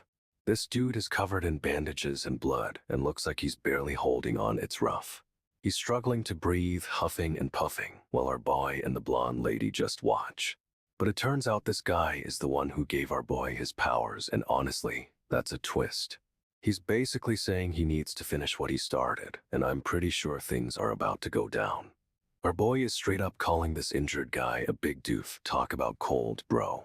The injured man gasps for air, and it's clear he's in terrible shape, but our boy doesn't seem fazed. They're discussing getting him medical help, but the closest doctor is in another country, seriously. Someone points out this guy, 008, can't even stand, let alone fly, and things are getting tense. A shadowy figure walks out of the darkness, and honestly, I did not see that coming. He's all bloodied and messed up, but he's walking, and he's looking right at our boy. Our boy asks what's going on, and this dude just stares back. It's a total standoff. The injured man says the doctor can't help him get back on his feet, but it's a weirdly worded warning. Someone asks about taking 008 to the doctor, but it seems like a trap. I have a bad feeling. The blonde dude drops a bombshell. There's no way 008 can even get on a plane in his condition. They're saying 008 is too far gone, lost too much blood. It's looking grim, bro. Someone suggests a top-notch hospital, but our boy points out they'll report everything immediately. They all agree it's a trap. The government is coming for them no matter what, so taking 008 there is suicide. Our boy straight up asks if they're just going to let 008 die, and his face is furious. The blonde lady stays silent, but you can tell she's weighing options. This is intense. Our boy lays it out. The government's coming for them regardless, so they need to think outside the box. He's looking right at the blonde lady, and it's clear he expects her to have a plan. She better deliver. The blonde lady and another operative exchange a look. They're clearly coordinating something. The blonde lady seems to have a plan, but it's a secret for now. She's giving off serious vibes. Our boy asks if she knows something he doesn't, and she just stares him down. This dude is not messing around. The blonde lady finally speaks, revealing she knows a guy who can get 008 out of the country. A smuggler, no less. This smuggler isn't cheap, it'll cost a fortune. However, our boy doesn't even blink. Money is clearly no object. Okay, so our boy Ijin is getting rushed to a secret, remote medical facility deep in the woods. It's intense. They wheel him into a full-on operating room, but it's not for a normal surgery, bro. Things are about to get wild. Surgeons are prepping for the operation, and the monitors start beeping like crazy. Something's definitely wrong. The beeping intensifies and the surgical lights are blinding. It's straight up chaotic, and everyone looks stressed. They're working on Ijin, and the beeping continues, but honestly, it feels like a trap, like they're not trying to save him. The operation is in full swing, but a group of armed men are watching from the observation room. This is a setup, no way. Ijin's hooked up to a ton of machines, looking seriously messed up, but he's still breathing somehow. One of the guys watching is a familiar face. It's that dude who tried to kill Ijin's sister, and he looks smug about it. Ijin's covered in blood and bandages, but he's awake and staring right at the observers. This dude is not out of the fight. But Ijin's clearly injured, and the scene cuts to the observers. They are about to do something terrible. I can feel it. Okay, so the observers think Ijin is down for the count, but he's got a fire in his eyes, straight up terrifying. Ijin's eyes are glowing red, bro, and the surgeons are starting to freak out. Something's changing. One of the observers says Ijin doesn't look good, but they're still determined to finish whatever they started. The scene cuts to someone in a green scrub top grabbing Ijin's arm, but this dude is resisting. He's not going down easily. Tick tick, the clock is ticking and the tension is insane, but then vroom, something's coming. The truck screeches up and it's our boys' squad. They're here to rescue him finally. The squad bursts out of the truck, guns blazing, and it's total chaos. This is the backup we needed. One of Ijin's teammates jumps out, looking determined, and it's clear they're ready for a fight. The observers are caught off guard, but they're still armed and dangerous. This isn't over yet. Ijin's squad is engaging the enemy, and honestly, it's a total bloodbath. They're not messing around. Ijin's squad is covering their retreat, but the blonde observer is hot on their heels. She's got a gun. She shouts at someone named 008, demanding to know what's happening, but it's too late. They're pulling 008 out. The injured dude 008 is being carried away, and someone's saying he's getting medical attention, finally. But they admit if it weren't for Ijin, they'd have had to take a hospital hostage to get 008 help. No way. The long-haired observer is all smug, saying they might have lost 008 much earlier. What a jerk. The squad is moving, checking on 008, and honestly, this dude looks wrecked. Someone tells them not to look so down, but 008 is seriously hurt. It's rough, man. The squad leader asks how 008 is doing. He's clearly worried, and you can feel the tension. They're still hauling 008 away, and the blonde observer is just standing there. She's totally unbothered. Ijin's back in focus, looking stoic as ever, but you know he's still fuming. This dude is a machine. Ijin apologizes for not running this by them first, but honestly, he doesn't need to ask permission for anything. The squad leader nods, seemingly okay with it, but his eyes are saying something totally different. He's suspicious. The blonde observer asks if that's right, clearly trying to figure out what Ijin's been up to, and she doesn't look happy. They're all staring at a green SUV, and it's clear this mission involved getting a vehicle. Ijin is always prepared. The narration hits us with the fact that Forrest spent forever analyzing numbers, and it all led back to them. Creepy. We get a flashback to the team who initially targeted Ijin, showing they were a whole crew of shady characters. The squad leader's thinking about who led those guys, and you can see the gears turning in his head. He's putting it together. A younger man appears in a flashback, looking all innocent, but Ijin's squad leader knows he's the mastermind, no doubt. The flashback shows the man overseeing the operation, and straight up, this dude is dangerous. Blonde observer is still watching everything, and you know she's piecing things together too. This is getting intense. Ijin is straight up demolishing the attackers, and the blonde observer is impressed. She says he's the real deal. The squad leader admits Ijin's combat skills are on par with their best agents, which is huge praise. They ask about Ijin's family, specifically if he has a brother, a blonde teenager in a wheelchair. The blonde observer remembers hearing about this brother and asks if that's who Ijin saved earlier. Ijin saved both the blonde and her brother, and she wants to know why. She's genuinely curious. Ijin deflects, saying he just wanted to help, but the blonde isn't buying it for a second. Squad leader's staring at a body, and it's clear this mission wasn't just about a rescue. It got messy. He's on the balcony looking down at the scene, and you can tell he's not thrilled with how things unfolded. However, Ijin's squad leader seems to know more than he lets on. This dude is always thinking 10 steps ahead. The blonde observer is watching him, probably wondering what secrets our boy is keeping. The tension is real. The blonde observer bursts out laughing. It's a seriously unsettling sound, and Ijin's squad leader is visibly thrown. She wipes a trickle of blood from her lips, still laughing, and it's clear she's completely unhinged. The squad leader realizes it explains Ijin's insane fighting skills at such a young age. No way this kid is normal. He connects the dots. It also explains why the rest of the team helped Ijin out. They must know something. Ijin's squad leader admits he never understood any of this, but now things are starting to click. The blonde observer steps closer to him, and the squad leader finally asks the question we're all thinking. Is this about her brother? She pauses, then drops a bombshell. She asks if he should be called 001 instead, hinting at a secret identity. And honestly, that cliffhanger is brutal. She knows more than she's letting on, and our boy is about to be exposed. Okay, so our boy is in some creepy underground room, and the life support systems are going haywire, beeping like crazy. He's standing over someone on a hospital bed, and it's looking bad like seriously injured, bro. Close up on his face, and this dude is clearly wrecked with emotion but trying to stay composed. We get another intense close-up, and you can see the weight of everything crashing down on him. He's outside with a massive, intimidating guy and a more reserved blonde, a strange pairing, honestly. He finally admits things are rough, saying yeah, but he's still trying to hide how much this is affecting him. The big guy lays it out, being in charge isn't easy, and he expects our boy to step up, no pressure. But he's not worried about him failing, he's worried about him caring, which is a little weird. Our boy admits he's not sure he's the right leader, pointing out there are other capable agents around. He lists off a bunch of other potential leaders, U5, U2, even 008, and it's clear he's seriously doubting himself. He's grinning, but it's a cold, calculated grin, like he's got a plan brewing and it's not good.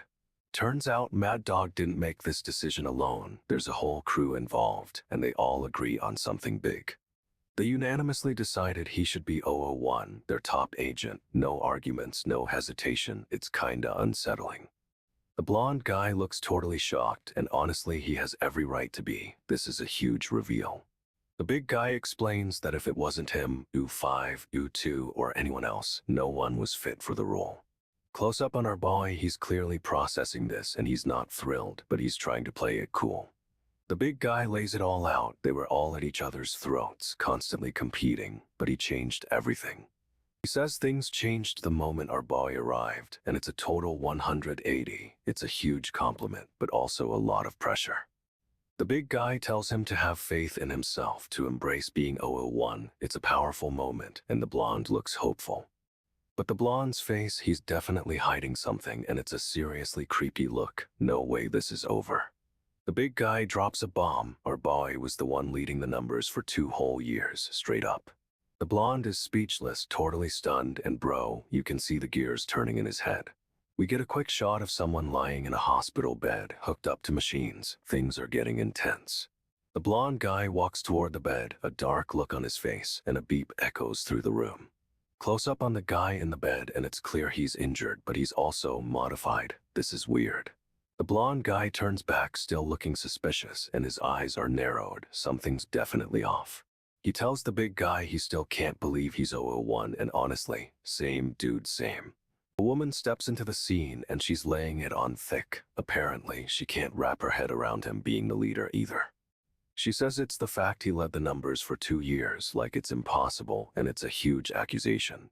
The blonde guy just stares at her silently, and the tension is so thick you could cut it with a knife. No way this is over. The woman explains that Forrest, whoever that is, created the whole training program based on the camp's research. She warns the big guy to be careful because Forrest was obsessed with the numbers, all of them. Forrest thought the agents were incredibly powerful in combat, but too self-absorbed to control. Apparently, Forrest believed it was impossible to build a real team out of agents like them. He thought the camp only valued combat skill, and that only wild, unruly agents survived. And it gets worse, Forrest even heard that the camp's leader, Mad Dog, couldn't control them during training. She's laying it all out. Forrest saw the numbers as a masterpiece, but a dangerous one. The big guy realizes Forrest thought he was building a team of untamable beasts, and it's a seriously messed up revelation. The woman finishes explaining Forrest's twisted logic, and honestly, this dude had it coming. The big guy stares at the blonde guy, and you can tell he's putting all the pieces together. This is huge. Forrest tried to copy the numbers, but they couldn't build a team. Straight up failed every time. They reached similar skill levels, but Forrest's agents couldn't cooperate, so it was all for nothing. Forrest started researching what made the numbers different, and they zero in on 001. Turns out Forrest realized 001 was the key to keeping the numbers intact. Huge reveal. They figured out 001 was the leader, and that's what allowed the numbers to function as a team. But after realizing this, Forrest kept failing to create another agent like 001, which is kinda ironic. Relying on pure strength or just leadership didn't work. Forrest's agents were either outdone or overpowered. Eventually, Forrest gave up on recreating 001, thinking the numbers were uncontrollable after he was gone. So instead, they switched tactics and started hiring solo assassins. Smart move, honestly. This dude Forrest really thought he could just replicate our buy. No way that was ever gonna work. Forrest straight up admits it wasn't his skill that built the numbers, but the numbers themselves helping him wild. The blonde lady seems skeptical, asking if that's really how it happened, and we get a close-up of her face. She steps forward and you can tell she's about to press Forrest for more details. This is getting good. Cut to a military briefing room and our boy is there with a bunch of officers planning something big. One of the officers suggests calling in another squad, but someone else thinks they can handle it. Another officer speaks up, saying they should be able to do this if they follow the plan. Confidence is high. The long-haired officer looks intense, clearly thinking about something. He's got a serious look on his face. He's clutching his hand and you can tell he's stressed about something, but he's trying to stay focused. They're studying a map, planning their next move, and it looks like they're gearing up for a serious operation. The briefing continues and it's clear these guys are ready to take on whatever comes next. Let's go. Arnold is questioning Forrest, pressing him on whether he's truly sure about his story. It's intense, bro. Okay, so this dude, the Mercenary Association boss, is straight up losing it, muttering about the numbers and looking furious. He's spitting mad seriously like a volcano about to blow, and it's clear whatever these numbers are, they're bad news. Another guy steps forward saying they have no beef with the association, trying to de-escalate, but it's not working. The boss just laughs and tells them to give it up, says they're all skilled, but the association is huge and connected. Someone else tries to reason, asking if they are seriously expecting peaceful relations after everything that's gone down, which is fair. The boss snaps back, implying they're trying to pull something, and honestly his glare could cut glass right now. This other dude steps up, all stern-faced, and delivers a serious warning about the association's power. Our boy is standing there looking completely unbothered, like he's seen way worse, and honestly he probably has. He calmly tells them they're skilled fighters, but the association has power and influence, making this situation intense. The boss is glaring daggers and you can just feel the tension building, like a fight is about to explode any second. So the boss reveals they eliminated all their squad leaders to prove a point, talk about extreme measures. He's warning everyone that if the numbers get their hands on this intel, they can track them all down, no sweat. This dude in camo steps forward, looking serious and straight up says these people are monsters in combat. If they focus on our boy or the boss, it's gonna be a problem, he warns, and you can feel the threat level rising. We get a close-up of someone on the floor, covered in blood, and the boss just casually says, "I'm sure you had your reasons." Back in the meeting room, everyone's silent, and the boss is looking particularly menacing, like seriously intense. The boss's face fills the frame, and he's absolutely fuming. You can see the rage in his eyes. Another close-up, and this time it's a guy flinching, eyes wide with fear, as if he just realized something terrible. However, the boss is still radiating power and intimidation, and honestly, he's not messing around. The tension is insane. You can practically cut it with a knife, and everyone is waiting for the next move. This dude in camo is straight up telling everyone they're already scared, and he's not wrong. Boss, looking absolutely terrifying, says they'll be crawling in fear if things go south. Someone's face is twisted in pain, a tear rolling down, and the boss just casually drops a threat. The boss's grin is chilling. He's clearly enjoying this intimidation game. Suddenly, the boss moves, delivering a brutal smack to someone off-screen. Ouch. A huge thud shakes the room, and we see someone crumpled on the floor. The boss is panting, clearly exerting himself, but still radiating power. He turns to face the camo dude, and the tension is so thick you could cut it.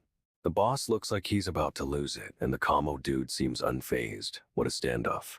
Something slips off the boss's gear, a piece of tech, but he doesn't even seem to notice. Our boy is back at the computer, looking totally focused. Got it, he says, like it's nothing. They've got these weird green vials hooked up to a system, looking like some crazy experiment is brewing. The boss is laying in bed, looking rough. He's clearly been through a lot, but he's still breathing. Everyone's gathered around the bed, looking grim, and our boy is right there with them, watching closely. Suddenly, the boss's eyes snap open, and he's screaming for 008. Something's seriously wrong. No way, the boss is totally transformed, looking like a monster, and it's terrifying to watch. He's thrashing around, and our boy is clearly shocked, but still trying to keep his cool. The boss is completely losing it and the team is trying to contain him. It's a chaotic scene. Someone is trying to restrain the boss, but he's too strong and honestly, this dude had it coming. The boss lets out a huge grunt and the team looks scared, but our boy just smirks. He's enjoying this. The team, the blonde, silver-haired woman and the other gray-haired guy, are looking serious, like they're planning something big. The boss is still struggling, eyes wide open and straight up yelling for 008. It's a desperate plea. Close up on the boss's face and bro, he looks like he's actively dying. It's brutal. Another close-up of the boss and his eyes are barely open now. He's fading fast. He manages to whisper dying, and it's a gut punch. This is getting intense. The team is all gathered around the boss's bed, looking down at him. The mood is super heavy. The boy is standing amongst them, totally calm. He's assessing the situation, as always. The team is clearly strategizing, and it's a serious vibe. They're trying to figure out what went wrong. But the boss's eyes flicker again, and he's still not out. This is going to be a long night. The boss is rambling about fried chicken, seriously, fried chicken, and saying if he dies, no one will make it for them. But the silver-haired guy loses it, screaming no and looking straight up furious. He's not having it. He demands our boy just stay alive and keep making that fried chicken, and the boss just groans, oh geez. The silver-haired guy is staring intently, and honestly he looks kinda creepy. What's he planning? The blonde woman and the gray-haired guy are joining the stare down, forming a tight little group. It's a power move. They're all laughing now, a seriously unsettling sound, and the boss is clearly the target. This is bad. A man in uniform starts lecturing them about following the example of the camp's numbers, whatever that means. He's laying down the rules, but the team is ignoring him, still plotting. This dude is talking to the wrong people. The silver-haired guy's voice cuts through, and he's straight up telling everyone they need to become the best, ambitious. However, the blonde woman just smirks. She's already thinking a few steps ahead, and things are about to get wild. This dude stumbles upon a seriously messed up scene, a guy bleeding out, straight up stabbed. He asks what's going on, but the injured guy just says he's on a run. Yeah, right. Our boy tries to help, asking if he's okay, but the injured guy brushes him off, wanting him to just leave. He ignores that, kneels down, and immediately assesses the wound. It's a stab wound, so he tells the guy to apply pressure. He's already dialing for an ambulance, but the injured guy insists he doesn't want help and wants him gone. But the injured guy's face suddenly changes. He's grinning, and it's creepy as heck. Our boy doesn't buy it for a second, keeping his cool and continuing to call emergency services. He's totally focused on getting help, and honestly, this dude had it coming, trying to push everyone away. He's still on the phone, step by step, determined to get the injured guy the medical attention he needs. The injured guy's expression is unsettling, but our boy doesn't flinch. He's seen way worse, no doubt. He's still on the phone, giving the emergency dispatcher their location, but the injured guy's buddies are getting suspicious. One of them asks what our boy is doing, and another straight up tells him to hang up the phone, super aggressive. Our boy ignores them, calmly continuing to relay the address, determined to get help for the stabbed man. Suddenly, one of the hooded figures moves fast, and our boy is clearly about to be attacked. This dude's reflexes are insane. He whirls around, barely dodging a knife attack that would have been fatal. He's blocking the attack with his arm, but the blade still glances off, drawing blood. Ouch. The hooded attacker lunges again, but our boy is already countering with a swift, powerful strike. He grabs the attacker's wrist, stopping the blade midair. This dude is a monster, no way. But another attacker jumps in, and it's a 2-on-1. Things are getting seriously chaotic right now. Our boy is holding his own, but he's outnumbered and the fight is about to explode. This is gonna be epic. Our boy spins, dodging another attack, and retaliates with a kick that sends one of the attackers flying. The remaining attacker swings a knife, but our boy blocks it. The blade nearly takes his eye. He disarms the guy with insane speed, then lands a punch that sends him stumbling backwards. But the attacker isn't down yet. He's coming at our boy again, knife in hand, going for a sneak attack. This dude moves like a blur, slashing at our boy, but he anticipates it and narrowly avoids a serious cut. He counters with a lightning-fast strike, aiming for the attacker's pressure points. This is brutal. The attacker collapses, and our boy immediately checks on the injured man, making sure he's stable. However, he notices the injured man's eyes are glowing. Something is seriously off with this guy. The man's expression twists into a sinister grin and his gaze locks onto our boy. Creepy vibes only. And honestly, this dude's face is terrifying. Our boy is about to realize this fight isn't over. No way, the injured man straight up explodes with energy, sending our boy flying with a massive blow. He crashes through a bunch of boxes, but immediately gets back up, assessing the damage. This dude is seriously messed up. He's still grinning, despite being injured, and now he's charging again. Our boy dodges, but the attacker is relentless, launching another flurry of attacks. It's intense. He manages to knock the attacker off balance, but the guy just wobbles and keeps coming, fueled by something dark. Our boy delivers a brutal combo, but it barely slows the attacker. This is getting scary fast. Suddenly, a man bursts onto the scene, shouting in shock at the chaos unfolding before him. He's clearly horrified, staring at the fight with a face full of disbelief, and honestly, who wouldn't be? He realizes all the congressman's bodyguards are down, and it hits him. Something huge just went down. The man looks absolutely stunned, realizing the scale of the attack. This is about to get real complicated. Our boy's already moving, dashing toward the injured man while the other guy is still reeling. He's fast. He reaches the injured man and without hesitation starts checking for pressure on the wound. Total pro move. The injured man looks up, shocked that someone is actually helping him, and our boy just gives him a serious look. But the attacker is back on his feet and he's staring at our boy with pure rage. This is about to explode again. Our boy barely reacts, just calmly meeting the attacker's gaze. He's not intimidated at all, honestly. Suddenly, another man arrives, looking totally freaked out by the scene, clearly not expecting a brawl. He's wearing an ID badge, so he's probably someone important, but he's too late to prevent anything. Our boy casually places a hand on the injured man's head, seemingly reassuring him. It's a weirdly comforting sight. The silver-haired attacker is just standing there, watching the whole thing with a cold expression. This dude is a menace. The scene fades to white. What just happened, and what does it all mean? We're left hanging. The two bodyguards explain they're waiting to go inside, but don't want to be seen with our boy. Apparently, it'll make the detective look bad. They breathe a sigh of relief as he lets them go. Thank goodness, they say, but bro's already turning his attention back to the injured man. He asks how the man even knew to be there, and honestly, it's a good question. This is getting weirder by the second. Our boy just stares intensely, totally unreadable. This dude is a master of keeping his cards close to his chest. The injured man explains he got a call about the congressman and came straight here. It sounds like someone tipped him off. But then our boy's expression changes, like he's piecing something together. Wait, what's he thinking?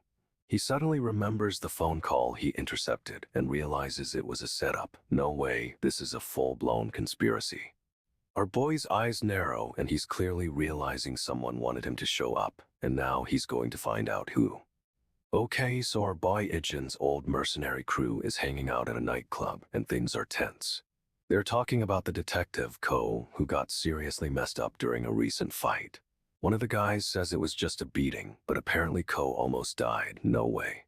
But the man speaking up, the one with the gold tooth, says nope, it wasn't some random street brawl. He reveals it was a high school kid who stumbled into the fight at the right time, which is weirdly specific. The others are shocked, a high schooler, and the gold-toothed guy seems to know more than he's letting on.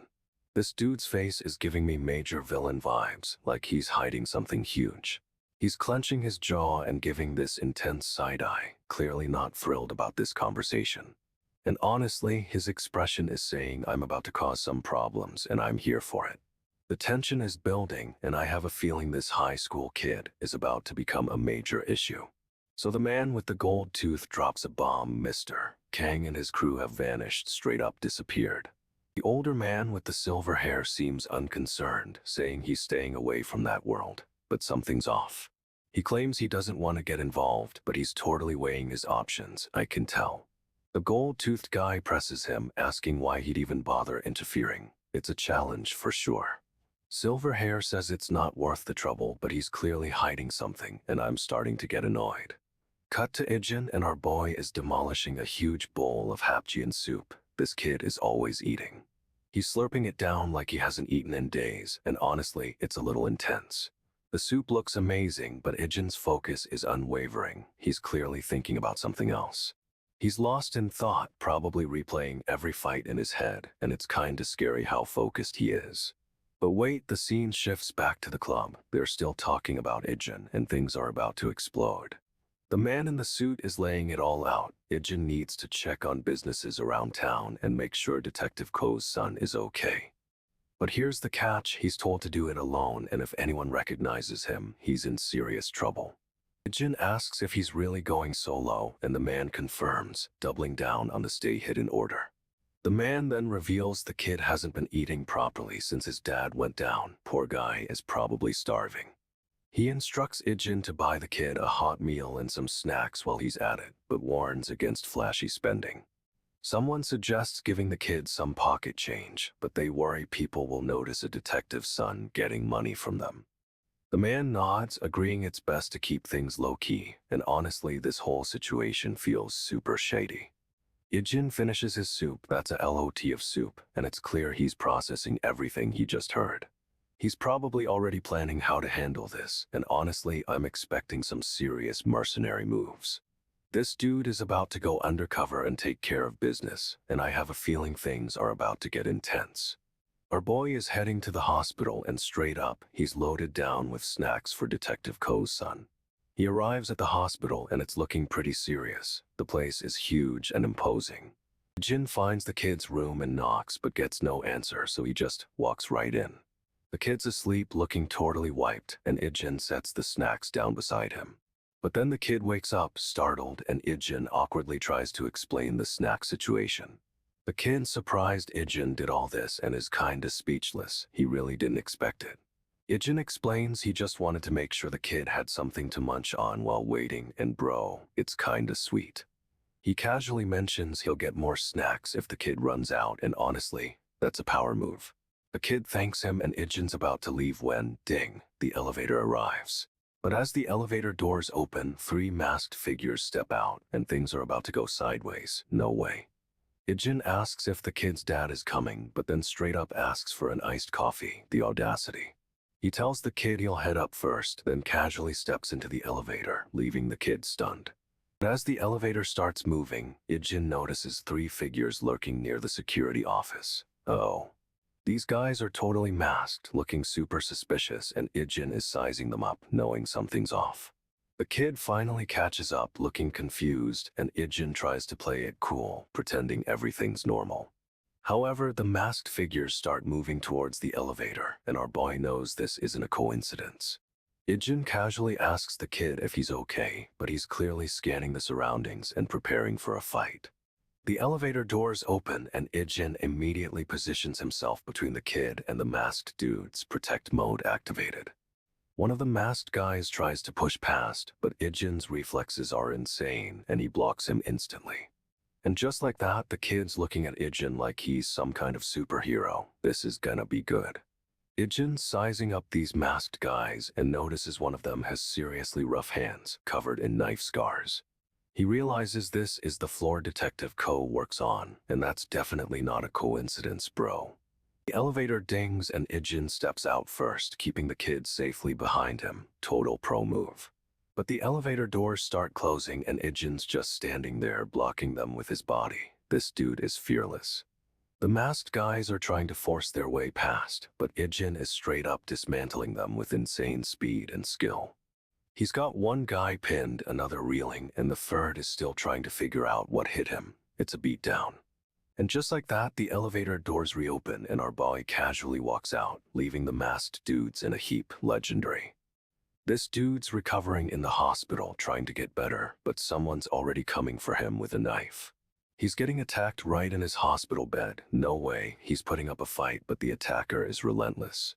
Our boy manages to disarm the attacker, but takes a nasty hit himself, and things are getting seriously messy. He's wounded, lying in bed again, but looks totally focused, already plotting his next move, I swear. Suddenly, another attacker swoops in with a blade, aiming for a sneak attack while he's vulnerable. He barely dodges, but gets cut anyway. This dude is a whirlwind of blades and blood. It's insane. He throws a punch, connecting with a sickening thud, and the attacker goes flying back. But our boy's not done. He's enraged, screaming "damn you," while covered in his attacker's blood. He's absolutely wrecking this guy, straight up unleashing all his mercenary training in the hospital. And honestly, this dude had it coming. Mess with our boy, you get what you deserve. He's stabbing the attacker again and again, a furious flurry of strikes. It's brutal but effective. He's got the attacker pinned, fist clenched and ready to deliver another blow, looking straight up menacing. He lands a devastating punch, sending the attacker reeling back with a sickening crack. Pow. He's following up, grabbing the attacker's wrist just as he tries to raise a knife. No escape for this guy. He disarms him with incredible speed, the blade flying through the air, and immediately goes for another strike. Another punch connects, and this time the attacker crumples, hitting the floor with a resounding thud. He's relentless, raining down blows, smack, smack. This dude is getting absolutely demolished. He's still going, fists flying, smack. It's a total beatdown, but honestly, the attacker started it. He finally stops, standing over the defeated attacker, face hidden behind a mask, looking cold and serious. He's breathing heavily, covered in blood, but still completely in control. Our boy is a straight-up monster. Someone yells out, demanding to know who this dude is, but it's too late. He's already moving. A woman screams as our boy takes down another guard. It's a blur of motion and brutal efficiency. He's sprinting down the hallway, wheelchair flying past. No way is he slowing down now. Someone shouts that security is on their way, but our boy just keeps pushing forward, relentless as ever. He's taking out security left and right, ignoring their attacks. They keep coming, but he's ready. He turns a corner, mask partially off, looking absolutely terrifying. This dude is all business. He steps over a fallen guard, then another, each step deliberate and cold. No mercy here. The floor is covered in blood, a grim reminder of the chaos he's unleashed. It's a straight-up massacre. Clutches his hand, smeared with blood, but doesn't even flinch. Our boy is unfazed, seriously. He's squeezing his bloodied hand, a grim expression on his face. This is getting intense, bro. Our boy grins, blood smeared across his face, and straight up stomps on a guy's hand. No hesitation at all. He's pressing down hard with his shoe, and the dude is screaming. It's brutal, honestly. The guy's hand is completely crushed, and blood is spraying everywhere, but our boy doesn't even flinch. He lifts his foot, revealing a broken knife under the mangled hand. This dude brought a knife to a gunfight. Now he's stepping over the broken mess, heading deeper into the chaos. He's unstoppable right now. He's moving so fast, it's just a blur of motion, and another guard goes down. This dude is a whirlwind. He's clutching his own injured hand, but it doesn't slow him down. Our boy is fighting through the pain. He's squeezing his hand tighter, and a single drop of blood falls, but he's still focused on the fight. He's moving again, ignoring his injury and taking out another guard. This guy is relentless, no doubt. He's literally hopping forward, leaving a trail of blood, but he's still pushing. This is insane, bro. Someone's whispering, saying if the kid sees this, he'll freak out. They know our boy is a beast. A man in a suit stands there, looking down and brooding. He's clearly holding something back, bro. We cut to the injured guy in the hospital, hooked up to machines. He's barely breathing seriously. The man in the suit is staring down at him, taking deep breaths. He's trying to stay calm, but it's rough. He's still staring, and honestly, it's a heavy moment. You can feel the weight of everything. The man takes another deep breath, trying to compose himself. This dude is carrying a lot. He's clutching his injured hand, but he's still focused on the fight. He's moving again, ignoring his injury and taking out another guard. This guy is relentless, no doubt. He's literally hopping forward, leaving a trail of blood, but he's still pushing. This is insane, bro. Detective Ko's son says he ran into the attackers at the elevators, but it's a total setup. Apparently, their friends told the kid not to get on the elevator and grab coffee, like they knew something was up. The man in the suit explains their friend sensed danger and kept the kid safe. That's some serious foresight, bro. But the man's face is straight up. You can see he's not buying it. Something feels off. He tells the other guy he'll leave the rest to him, planning to come back later. Sounds shady, right? He claims he has other business, but his expression says otherwise. This dude is hiding something big.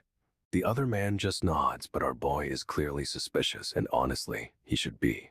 We get a close-up of the man in the suit, and his eyes are cold as ice. He's calculating something. The scene turns red, and his expression is menacing. No way this is over, bro. This is where it gets real. Our boy Ijin is cruising on his motorcycle, looking all cool and mysterious tonight. He's meeting with this older guy who looks seriously intense, near a bunch of shops and bars. This dude has a serious goatee and is giving Ijin the side eye. Something's definitely up. Ijin hops off the bike, looking ready for whatever's about to go down, and honestly, he looks unbothered. The older man asks what's happening now, and Ijin's just silent, giving him a stare down. But then the man blinks and suddenly realizes something is really wrong. He's spotting a threat. Ijin's already moving, mounting the motorcycle, and the headlights are blindingly bright as he prepares to go. He floors it, straight up tearing out of there, and the older man is left in the dust. Ijin is speeding off, but it's clear this isn't a simple escape. He's reacting to an immediate danger. Yeah, but the man realizes they're being followed, and Ijin's already on high alert, ready for a fight. This dude is not having it. He's telling the gray-haired guy to stay out of whatever's going on. But the gray-haired man is confused, asking what's happening and demanding answers. Ijin learns someone associated with the gray-haired man is trouble, and it's hitting close to home. Apparently, this associate helped the man's grandfather often. No way, this is getting personal. The older man is clearly rattled, and Ijin is staring him down, unreadable as always.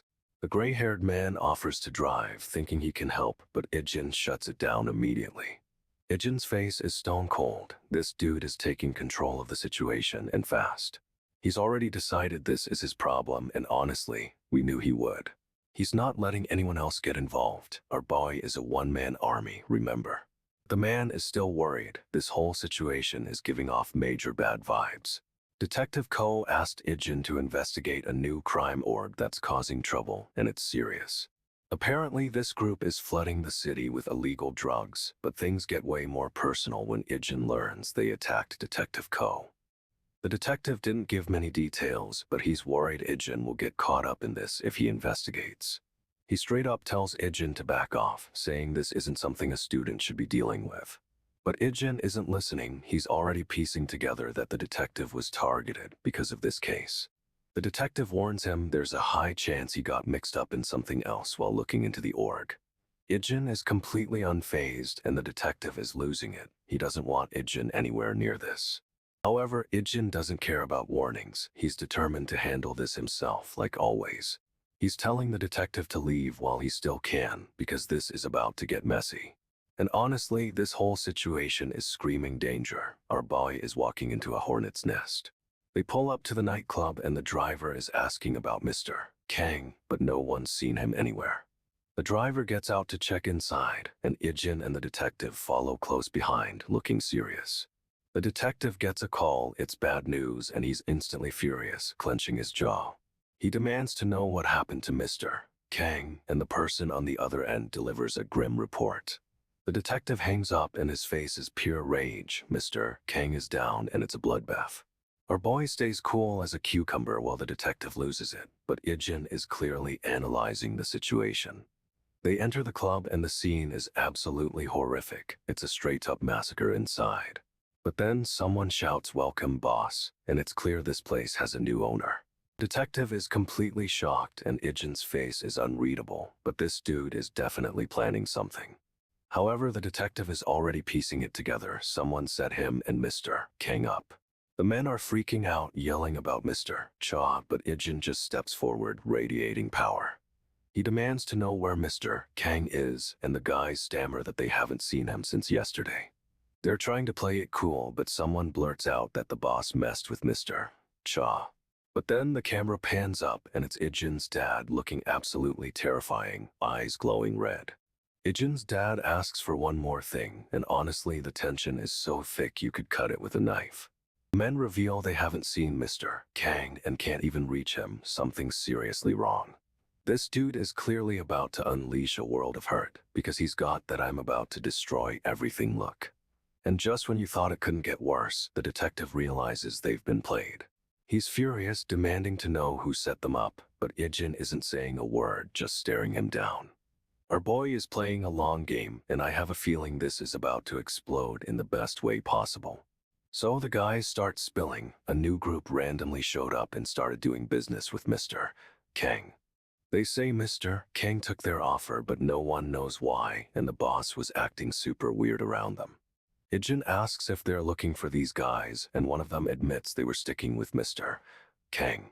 Apparently, these new guys treated everyone like servants, but Mr. King pretended not to notice. Sketchy, right?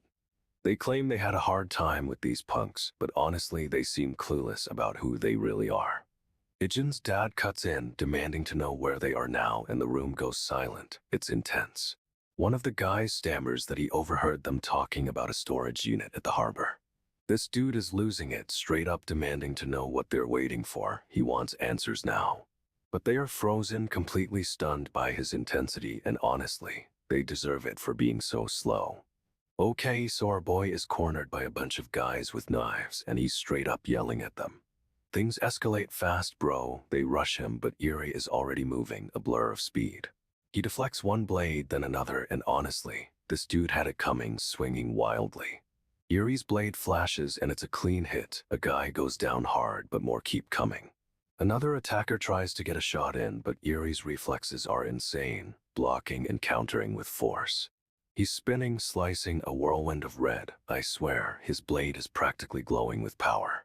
One guy gets a cut across the chest, clutching at it, and you can tell this fight is already over. Eri doesn't let up, following through with another strike. It's brutal but efficient, no doubt. He slices through another attacker's clothes, drawing blood, and these guys are realizing they messed with the wrong person. The last one tries to run, but Eri's already there, blade poised, ending it before it even begins. A man in a suit yells, "Be careful," but it's already too late. More guys are rushing in with swords. The lead suit spots the incoming attack and clenches his fist, realizing they're seriously outmatched. The attackers charge forward, swords raised, and the scene turns into a total rumble. It's chaos.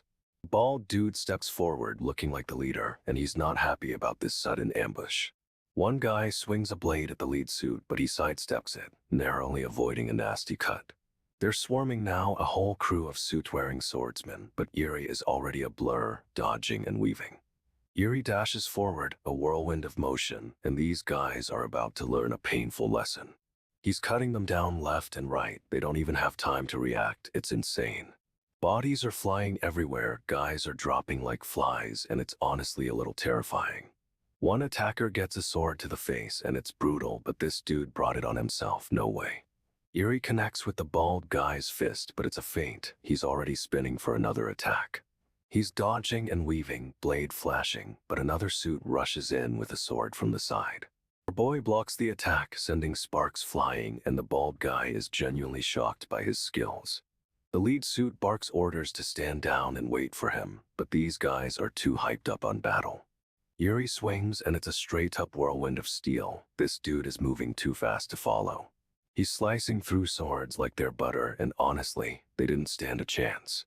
Eri's grip tightens on his blade, preparing for another onslaught, but it looks like they're retreating. The bald guy is furious, yelling about incompetence, but the damage is already done. They're routed. Eri's still on guard, scanning for any hidden threats, but it seems like the immediate danger has passed. He sheaths his sword, cool as ever, leaving those suit-wearing swordsmen to deal with their failure. Eri slams into the lead suit, sending him sprawling. That was a brutal hit, no way. Two more suits rush in, but Eri's already moving, taking them down with quick, precise strikes. The bald guy's still standing, looking furious, and he's straight up panting from the fight. He tries to attack Eri, but our boy anticipates it, blocking the blow and countering with a vicious kick. The bald guy goes flying, crashing into some crates, and honestly, he deserved that. Eri thinks the boss was worried for nothing, and it's clear he's confident in his abilities. He steps onto the roof, scanning the area, while the remaining suits try to regroup below. The bald guy, despite being down, is still trying to get up, but he's clearly injured. Eri looks down on the scene, assessing the damage. It's a total mess, but he's unfazed. Another suit approaches, trying to look tough, but Eri just stares him down, and it's intimidating. Eri demands to know if the bald guy is the boss of these thugs, and bro, his glare is intense. The bald guy tries to play it cool, but he's clearly rattled and asks what Eri is talking about. Eri doesn't buy it for a second and accuses the bald guy of sending his men to attack him. The bald guy denies everything, but Eri isn't having it. He tells him to learn his place straight up. Then, out of nowhere, a suit tries to attack Eri from behind, thinking he's got the drop on him. But Eri anticipates it, grabs the guy's wrist, and uses his momentum to slam him into the ground. Ouch. He immediately follows up with a brutal stomp, and honestly, this dude had it coming. Yuri looks around at the remaining suits, assessing the carnage. It's a total bloodbath. The bald guy is shocked and speechless, staring at the scene, realizing he messed with the wrong person. Yuri turns back to the bald guy, and you can see the fury in his eyes. This dude is about to get wrecked. Yuri's hand comes down like a hammer, smashing the bald guy's face. It's brutal, no way. The force of the blow sends the bald guy flying, and his face is completely wrecked. Yuri doesn't stop there, he keeps wailing on the guy, a flurry of punches and kicks. Another suit tries to intervene, but Yuri spins, delivering a devastating elbow to his chest. He crumples instantly, and Yuri just steps over him, cold-blooded bro. Yuri grabs another attacker, throwing him into the first down suit, a messy pileup. The remaining suits scatter, realizing they are outmatched, but Yuri's still coming for them. He's moving like a ghost, taking down opponents with terrifying speed and precision. One guy tries to run, but Yuri intercepts, delivering a crippling blow to his back. Now the scene is just carnage. Suits are down everywhere, and Yuri stands over them, victorious. Yuri's still standing there, chest puffed out, looking straight up untouchable after dismantling everyone. But wait, a shadowy figure emerges from the background, and it's the guy who is supposed to be dead. No way. Okay, so our boy is walking through a warehouse full of downed enemies, straight up a massacre. He's stepping over bodies, just casually strolling through the chaos like it's nothing. This dude is stomping forward, and you can tell he's not messing around at all. Suddenly, someone attacks from the side, swinging a blade. No way, this is a surprise attack. But our boy is too fast. He deflects the attack with a move so smooth it's insane. Counters with a strike of his own, and the attacker goes flying. Honestly, this dude had it coming. Another enemy jumps in, swinging wildly, but he sidesteps and delivers a devastating blow. The attacker reels, clearly hurt, but tries to recover. It's a brutal exchange for sure. He follows up with another strike, a quick slash, and the enemy collapses. It's over fast. And just like that, another enemy down. Our boy is a whirlwind of destruction, seriously. Okay, so our boy's got a cut on his forehead, but he barely flinches. This dude is a machine. His crew is freaking out, yelling for him, but he's already moving. He's not waiting for backup. Someone gets absolutely wrecked, no hesitation, straight up a clean cut. It's brutal, honestly. He's dodging attacks left and right, weaving through the chaos. This guy moves like water, bro. Another enemy tries to strike, but our boy deflects it and counters with a lightning-fast slash. He's cutting through them all, a whirlwind of blades. They don't even see it coming. It's a total bloodbath, red lines everywhere, but he's still pushing forward. He's relentless. An enemy manages to get a hit in, slicing his arm, but he just keeps fighting, unfazed. He's moving so fast they can barely track him, a blur of motion. This dude is on another level.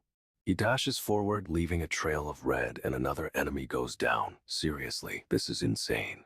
He's surrounded, and these guys think they've got him cornered, but they have no idea.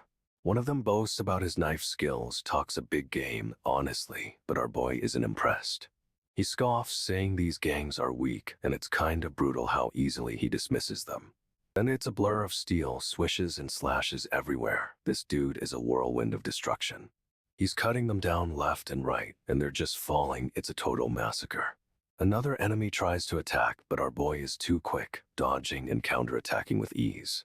He's relentless, pushing forward through the chaos, and honestly, these guys didn't stand a chance.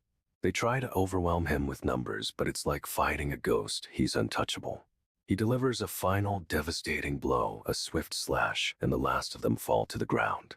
He stands there silhouetted, sunglasses on, totally unfazed. This dude is a monster. He's analyzing their moves, realizing they were aiming for all his weak spots, but he figured it out. He says they thought he wouldn't notice, and honestly, it's a total mind game right now. Suddenly, a hand shoots out and a knife comes flying. This dude is fast, no way.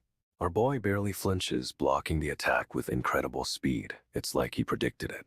He counters and a blinding flash of light erupts. This is getting intense, seriously. Everything goes white, a massive explosion of force, but he's still standing, unfazed. The attack sends shockwaves, and the enemy's hand straight up cracks under the pressure. He's relentless, pressing his advantage. These guys clearly underestimated our boy. The enemy is reeling, shocked by the power, but he's already preparing another attack. This dude thinks he can win, but our boy's got a plan, and it's about to get brutal. He's got one guy pinned, a blade at his throat, but another attacker launches a flying kick, no hesitation. Our boy sidesteps the kick with ease, then immediately drives his elbow into the attacker's face. Brutal. He spins, using the momentum to deliver a backhand that sends the guy flying straight up through the air. But then another enemy appears, gun drawn. This dude thinks he can catch our boy off guard. He fires point blank, but our boy somehow manages to deflect the bullet with his hand. What? The force of the impact sends blood splattering, and the attacker's hand is visibly broken. Ouch. He grabs the attacker's wrist, using it to pull him forward into another incoming strike, and honestly, this dude had it coming. A massive impact, a sickening thwack, and the attacker goes down, completely wrecked. He turns to face the last remaining enemy, eyes narrowed, and delivers a lightning-fast strike to the face. Everything goes dark, it's just raining blood now, and our boy stands there, a silent, terrifying force. He surveys the carnage standing over the bodies and straight up says too easy, cold. But the boss of this operation isn't impressed. He's clenching his fists, clearly furious. Boss shouts for his men, demanding to know what happened. They're scrambling to respond. Our boy doesn't wait, he's already dashing forward, a knife appearing in his hand, no hesitation. He moves so fast it's a blur, and the boss barely has time to react, shouting, "Huh." The boss tries to back away, but our boy is on him, closing the distance with terrifying speed. He's aiming for the boss, but suddenly a bodyguard throws himself in the way, taking the hit. However, it barely slows our boy down. He pivots and delivers a brutal strike to the boss's face. The boss crumples, blood splattering everywhere, and our boy just stands there stoic as ever. The remaining goons yell boss, but it's too late, this dude just got wrecked. The boss's remaining bodyguard, still standing, tries to rush our boy with a blade, but he's way too slow. Our boy effortlessly dodges, spins, and delivers a counterattack, disarming the bodyguard with insane speed and precision. He doesn't stop there, this dude straight up kicks the bodyguard into the wall, knocking him out cold, no way. This dude, the bald guy, rolls up and straight up tells everyone to back off, says they're leaving, no questions asked. But his demand doesn't exactly go over well, and a fight breaks out immediately with his crew getting jumped. No way, one of the guys is already getting seriously messed up, clutching his bleeding side as he falls.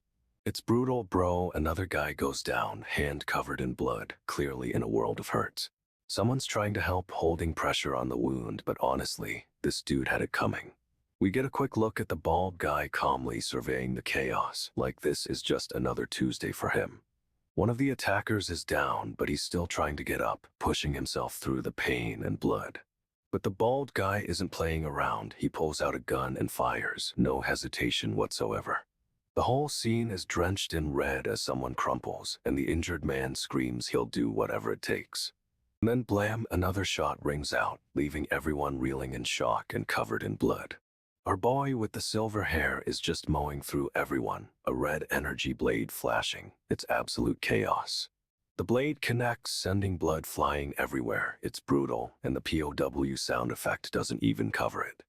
He's slicing and dicing, and it looks like another guy just got cleaved in half. No way, this is intense. A metal pipe goes flying, covered in blood with a loud clang. This dude is showing no mercy. The bald guy stands over the carnage, his hands soaked in blood, while his crew looks absolutely horrified.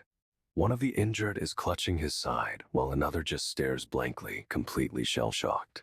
The bald guy's partner is looking around, stunned, and asks what. He's clearly not expecting this level of violence. But the bald guy straight up threatens to shoot anyone who tries anything else. Zero tolerance, bro. He's walking away, leaving a trail of bodies behind, and someone mutters, yeah, completely defeated. And honestly, you can't blame them for backing down. This dude is a straight-up monster. Someone tells our boy he's retired, but everyone knows he's the best in the game. No argument there. Apparently, even Mr. King didn't want this guy messing with his territory, which is a huge red flag. The bald guy warns him, do whatever he wants, but leave this other dude, Dushik Cha, alone. He's getting a stern warning. Messing with Dushik Cha is a bad idea, like really bad. But our boy just smirks. It's like he's daring someone to try something, honestly. The bald guy's partner sees the look and realizes why he was warned about this dude. Uh-oh. He suddenly got the urge to blow our boy's head off. Talk about a quick escalation.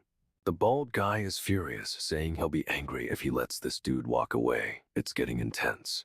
He clutches his gun and it looks like he's actually going to do it. No hesitation at all. But the bald guy's partner stops him, and you can tell he's seen enough to know this is a lost cause. The bald guy is about to pull the trigger, but someone else, a younger guy with a knife, makes a run for our boy.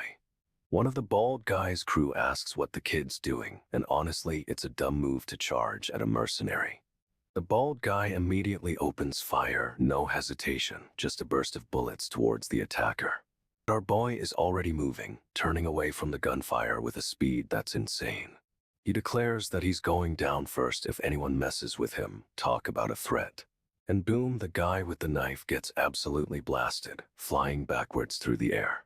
The bald guy keeps firing, sending bullets everywhere. It's a full-on massacre. Someone points out he's a good fighter, but a gun is a different story, and they're totally right. Another guy lunges, but the bald guy's crew is already taking him down, covered in blood. No way, it's absolute chaos, and our boy is just casually walking out of it all. The bald guy whirls around, gun still raised, trying to get a clear shot at our boy. This dude is already moving, leaping onto the hood of the car like a Parker Pro. He uses the car as a launch pad, propelling himself forward with insane force. The bald guy tries to adjust, turning to fire again, but our boy is way too fast. He lands, spins, and delivers a devastating kick straight to the guy's jaw. The bald guy goes flying, crashing into a wall, and honestly, he deserved it. Our boy doesn't even pause, he's already charging towards the remaining guys. He grabs one of them, using him as a shield against incoming bullets, cold-blooded. The other guys try to fight back, but they're no match for this dude's skills. He's a blur of motion, disarming and taking down opponents with brutal efficiency. Our boy is straight up stabbing the last guy, a flash of blue as the blade connects. The bald guy, still reeling, tries to pull his gun again, but he's seriously messed up. He manages to get a shot off, boom, but our boy is already moving, deflecting the bullet with his blade. This dude spins around, disarming the bald guy with lightning speed. It's seriously impressive. He slams the bald guy against a car, demanding to know who sent him, and things are getting intense. The bald guy tries to play it cool, claiming he was just acting on orders. A total lie, obviously. Our boy doesn't buy it for a second, tightening his grip and threatening to make him talk. But then another figure appears from the shadows, a serious threat and a total surprise. This new guy immediately opens fire, forcing our boy to shield himself. It's a full-on ambush. However, our boy rules with it, using the chaos to his advantage and preparing for another fight. Okay, so our boy runs into someone and it's instantly a bad vibe. He's clearly not thrilled. He's remembering a business trip to Japan, and it's looking like this guy is connected to something huge. This dude is straight up a boss, dressed to the nines, but shrouded in shadow, super ominous. Flashback time, they were dominating business in Japan. No organization could stand in their way. He's walking into a room full of guys, all looking kinda sketchy and definitely up to no good. But then bam, this woman walks in and she's radiating power, declaring herself Kuroha of Aigakai. One of the guys pulls a gun, but honestly, this dude had it coming. Kuroha doesn't seem worried at all. Kuroha's hand starts glowing red, and things are about to get seriously intense, no doubt about it. She's unleashing something, and it looks like whatever it is, it's packing a serious punch. Whatever Kuroha's got going on, it's definitely not something you want to mess with. Things are escalating fast. Kuroha unleashes these red energy blades and straight up slices through everyone. It's a massacre. The room erupts in chaos with explosions and blood splattering everywhere. It's absolutely brutal. Kuroha stands amidst the carnage, looking totally unfazed, like this is nothing to her. More guys try to attack, but Kuroha just keeps slicing and dicing. No one can even touch her. The scene is pure carnage with bodies flying and blood everywhere. It's seriously intense. Someone manages to gasp out that she killed nearly all of their men stationed in Japan. Now Kuroha and her crew are walking towards the building, and you just know trouble is brewing. They're approaching step by step and the tension is building. This is gonna be a showdown. We cut to the boss and his team, covered in blood, and they're clearly bracing for another fight. Boss says it looks like they're in for another fight, and honestly, you can feel it in the air. Kuroha straight up introduces herself as Kuroha of Aigakai, and things get real tense, real fast. She asks if they'll hand over Yu Zhang and his crew, but the boss is giving her the side eye. What's with all the formalities? The boss asks to hand them over, seriously, but one of his guys is losing it, yelling about the detective. This dude is wriggling on the floor, covered in blood and screaming at Kuroha, totally pathetic, honestly. The boss tells him to shut up and then Kuroha just chuckles. That's never a good sign. Kuroha confirms they've been searching for Yu Zhang for a while now. This is a full-blown manhunt. Boss is looking rough, covered in blood, and honestly, he seems like he's regretting everything. Dushik is yelling at the boss, saying they can't let Kuroha have her way, but it's too late. She's already in control. The boss is fuming, his face turning red, and you just know he's about to snap. Kuroha is totally unfazed, looking down on him with a smug look. This is going to be a total beatdown. Kuroha lays down the offer, hand over Yuchen and his crew, and they'll pay big, like really big. But it doesn't stop there, they'll also help with any business ventures in Japan, straight up offering a partnership. Kuroha's eyes are intense, almost glowing red, and she's making it clear this isn't just a request. The boss is shocked, but then another guy steps up, yelling that they'll pay more to keep Yuchen safe. They're throwing in all of Yuchen's assets too, trying to outbid Kuroha. This is getting insane. The boss tries to act tough, but one of his men admits someone else is hunting Yuchen, and this guy nearly died doing it. This dude is a mess, covered in blood and clearly traumatized, and honestly, this dude had it coming. Kuroha isn't even fazed, her gaze unwavering. She's playing a different game entirely. She just stares him down, and you can feel the power dynamic shift. Kuroha is totally in control. Her eyes flash red again, and it's clear she's not messing around. This is about to explode. Okay, so the boss is panicking, yelling about where Yuchen is, but Kuroha has already figured it out. She's got her crew scanning the area, and they spot him getting into a van. This is moving fast. Kuroha's eyes are blazing red again, and she's ordering everyone to move out like now. They're speeding after the van, and it's a full-on chase scene with a carnival in the background. No way. The van tries to lose them, but Kuroha's crew is relentless, cutting them off at every turn. Suddenly, Kuroha's team corners the van, and they're completely surrounded. It's a trap. One of the guys swears he saw Yuchen, but Kuroha doesn't buy it, and she's furious. Kuroha's eyes are locked on something in the distance, a cold look on her face. She's onto something. She's piecing it all together, and her expression is terrifying. This dude is in serious trouble.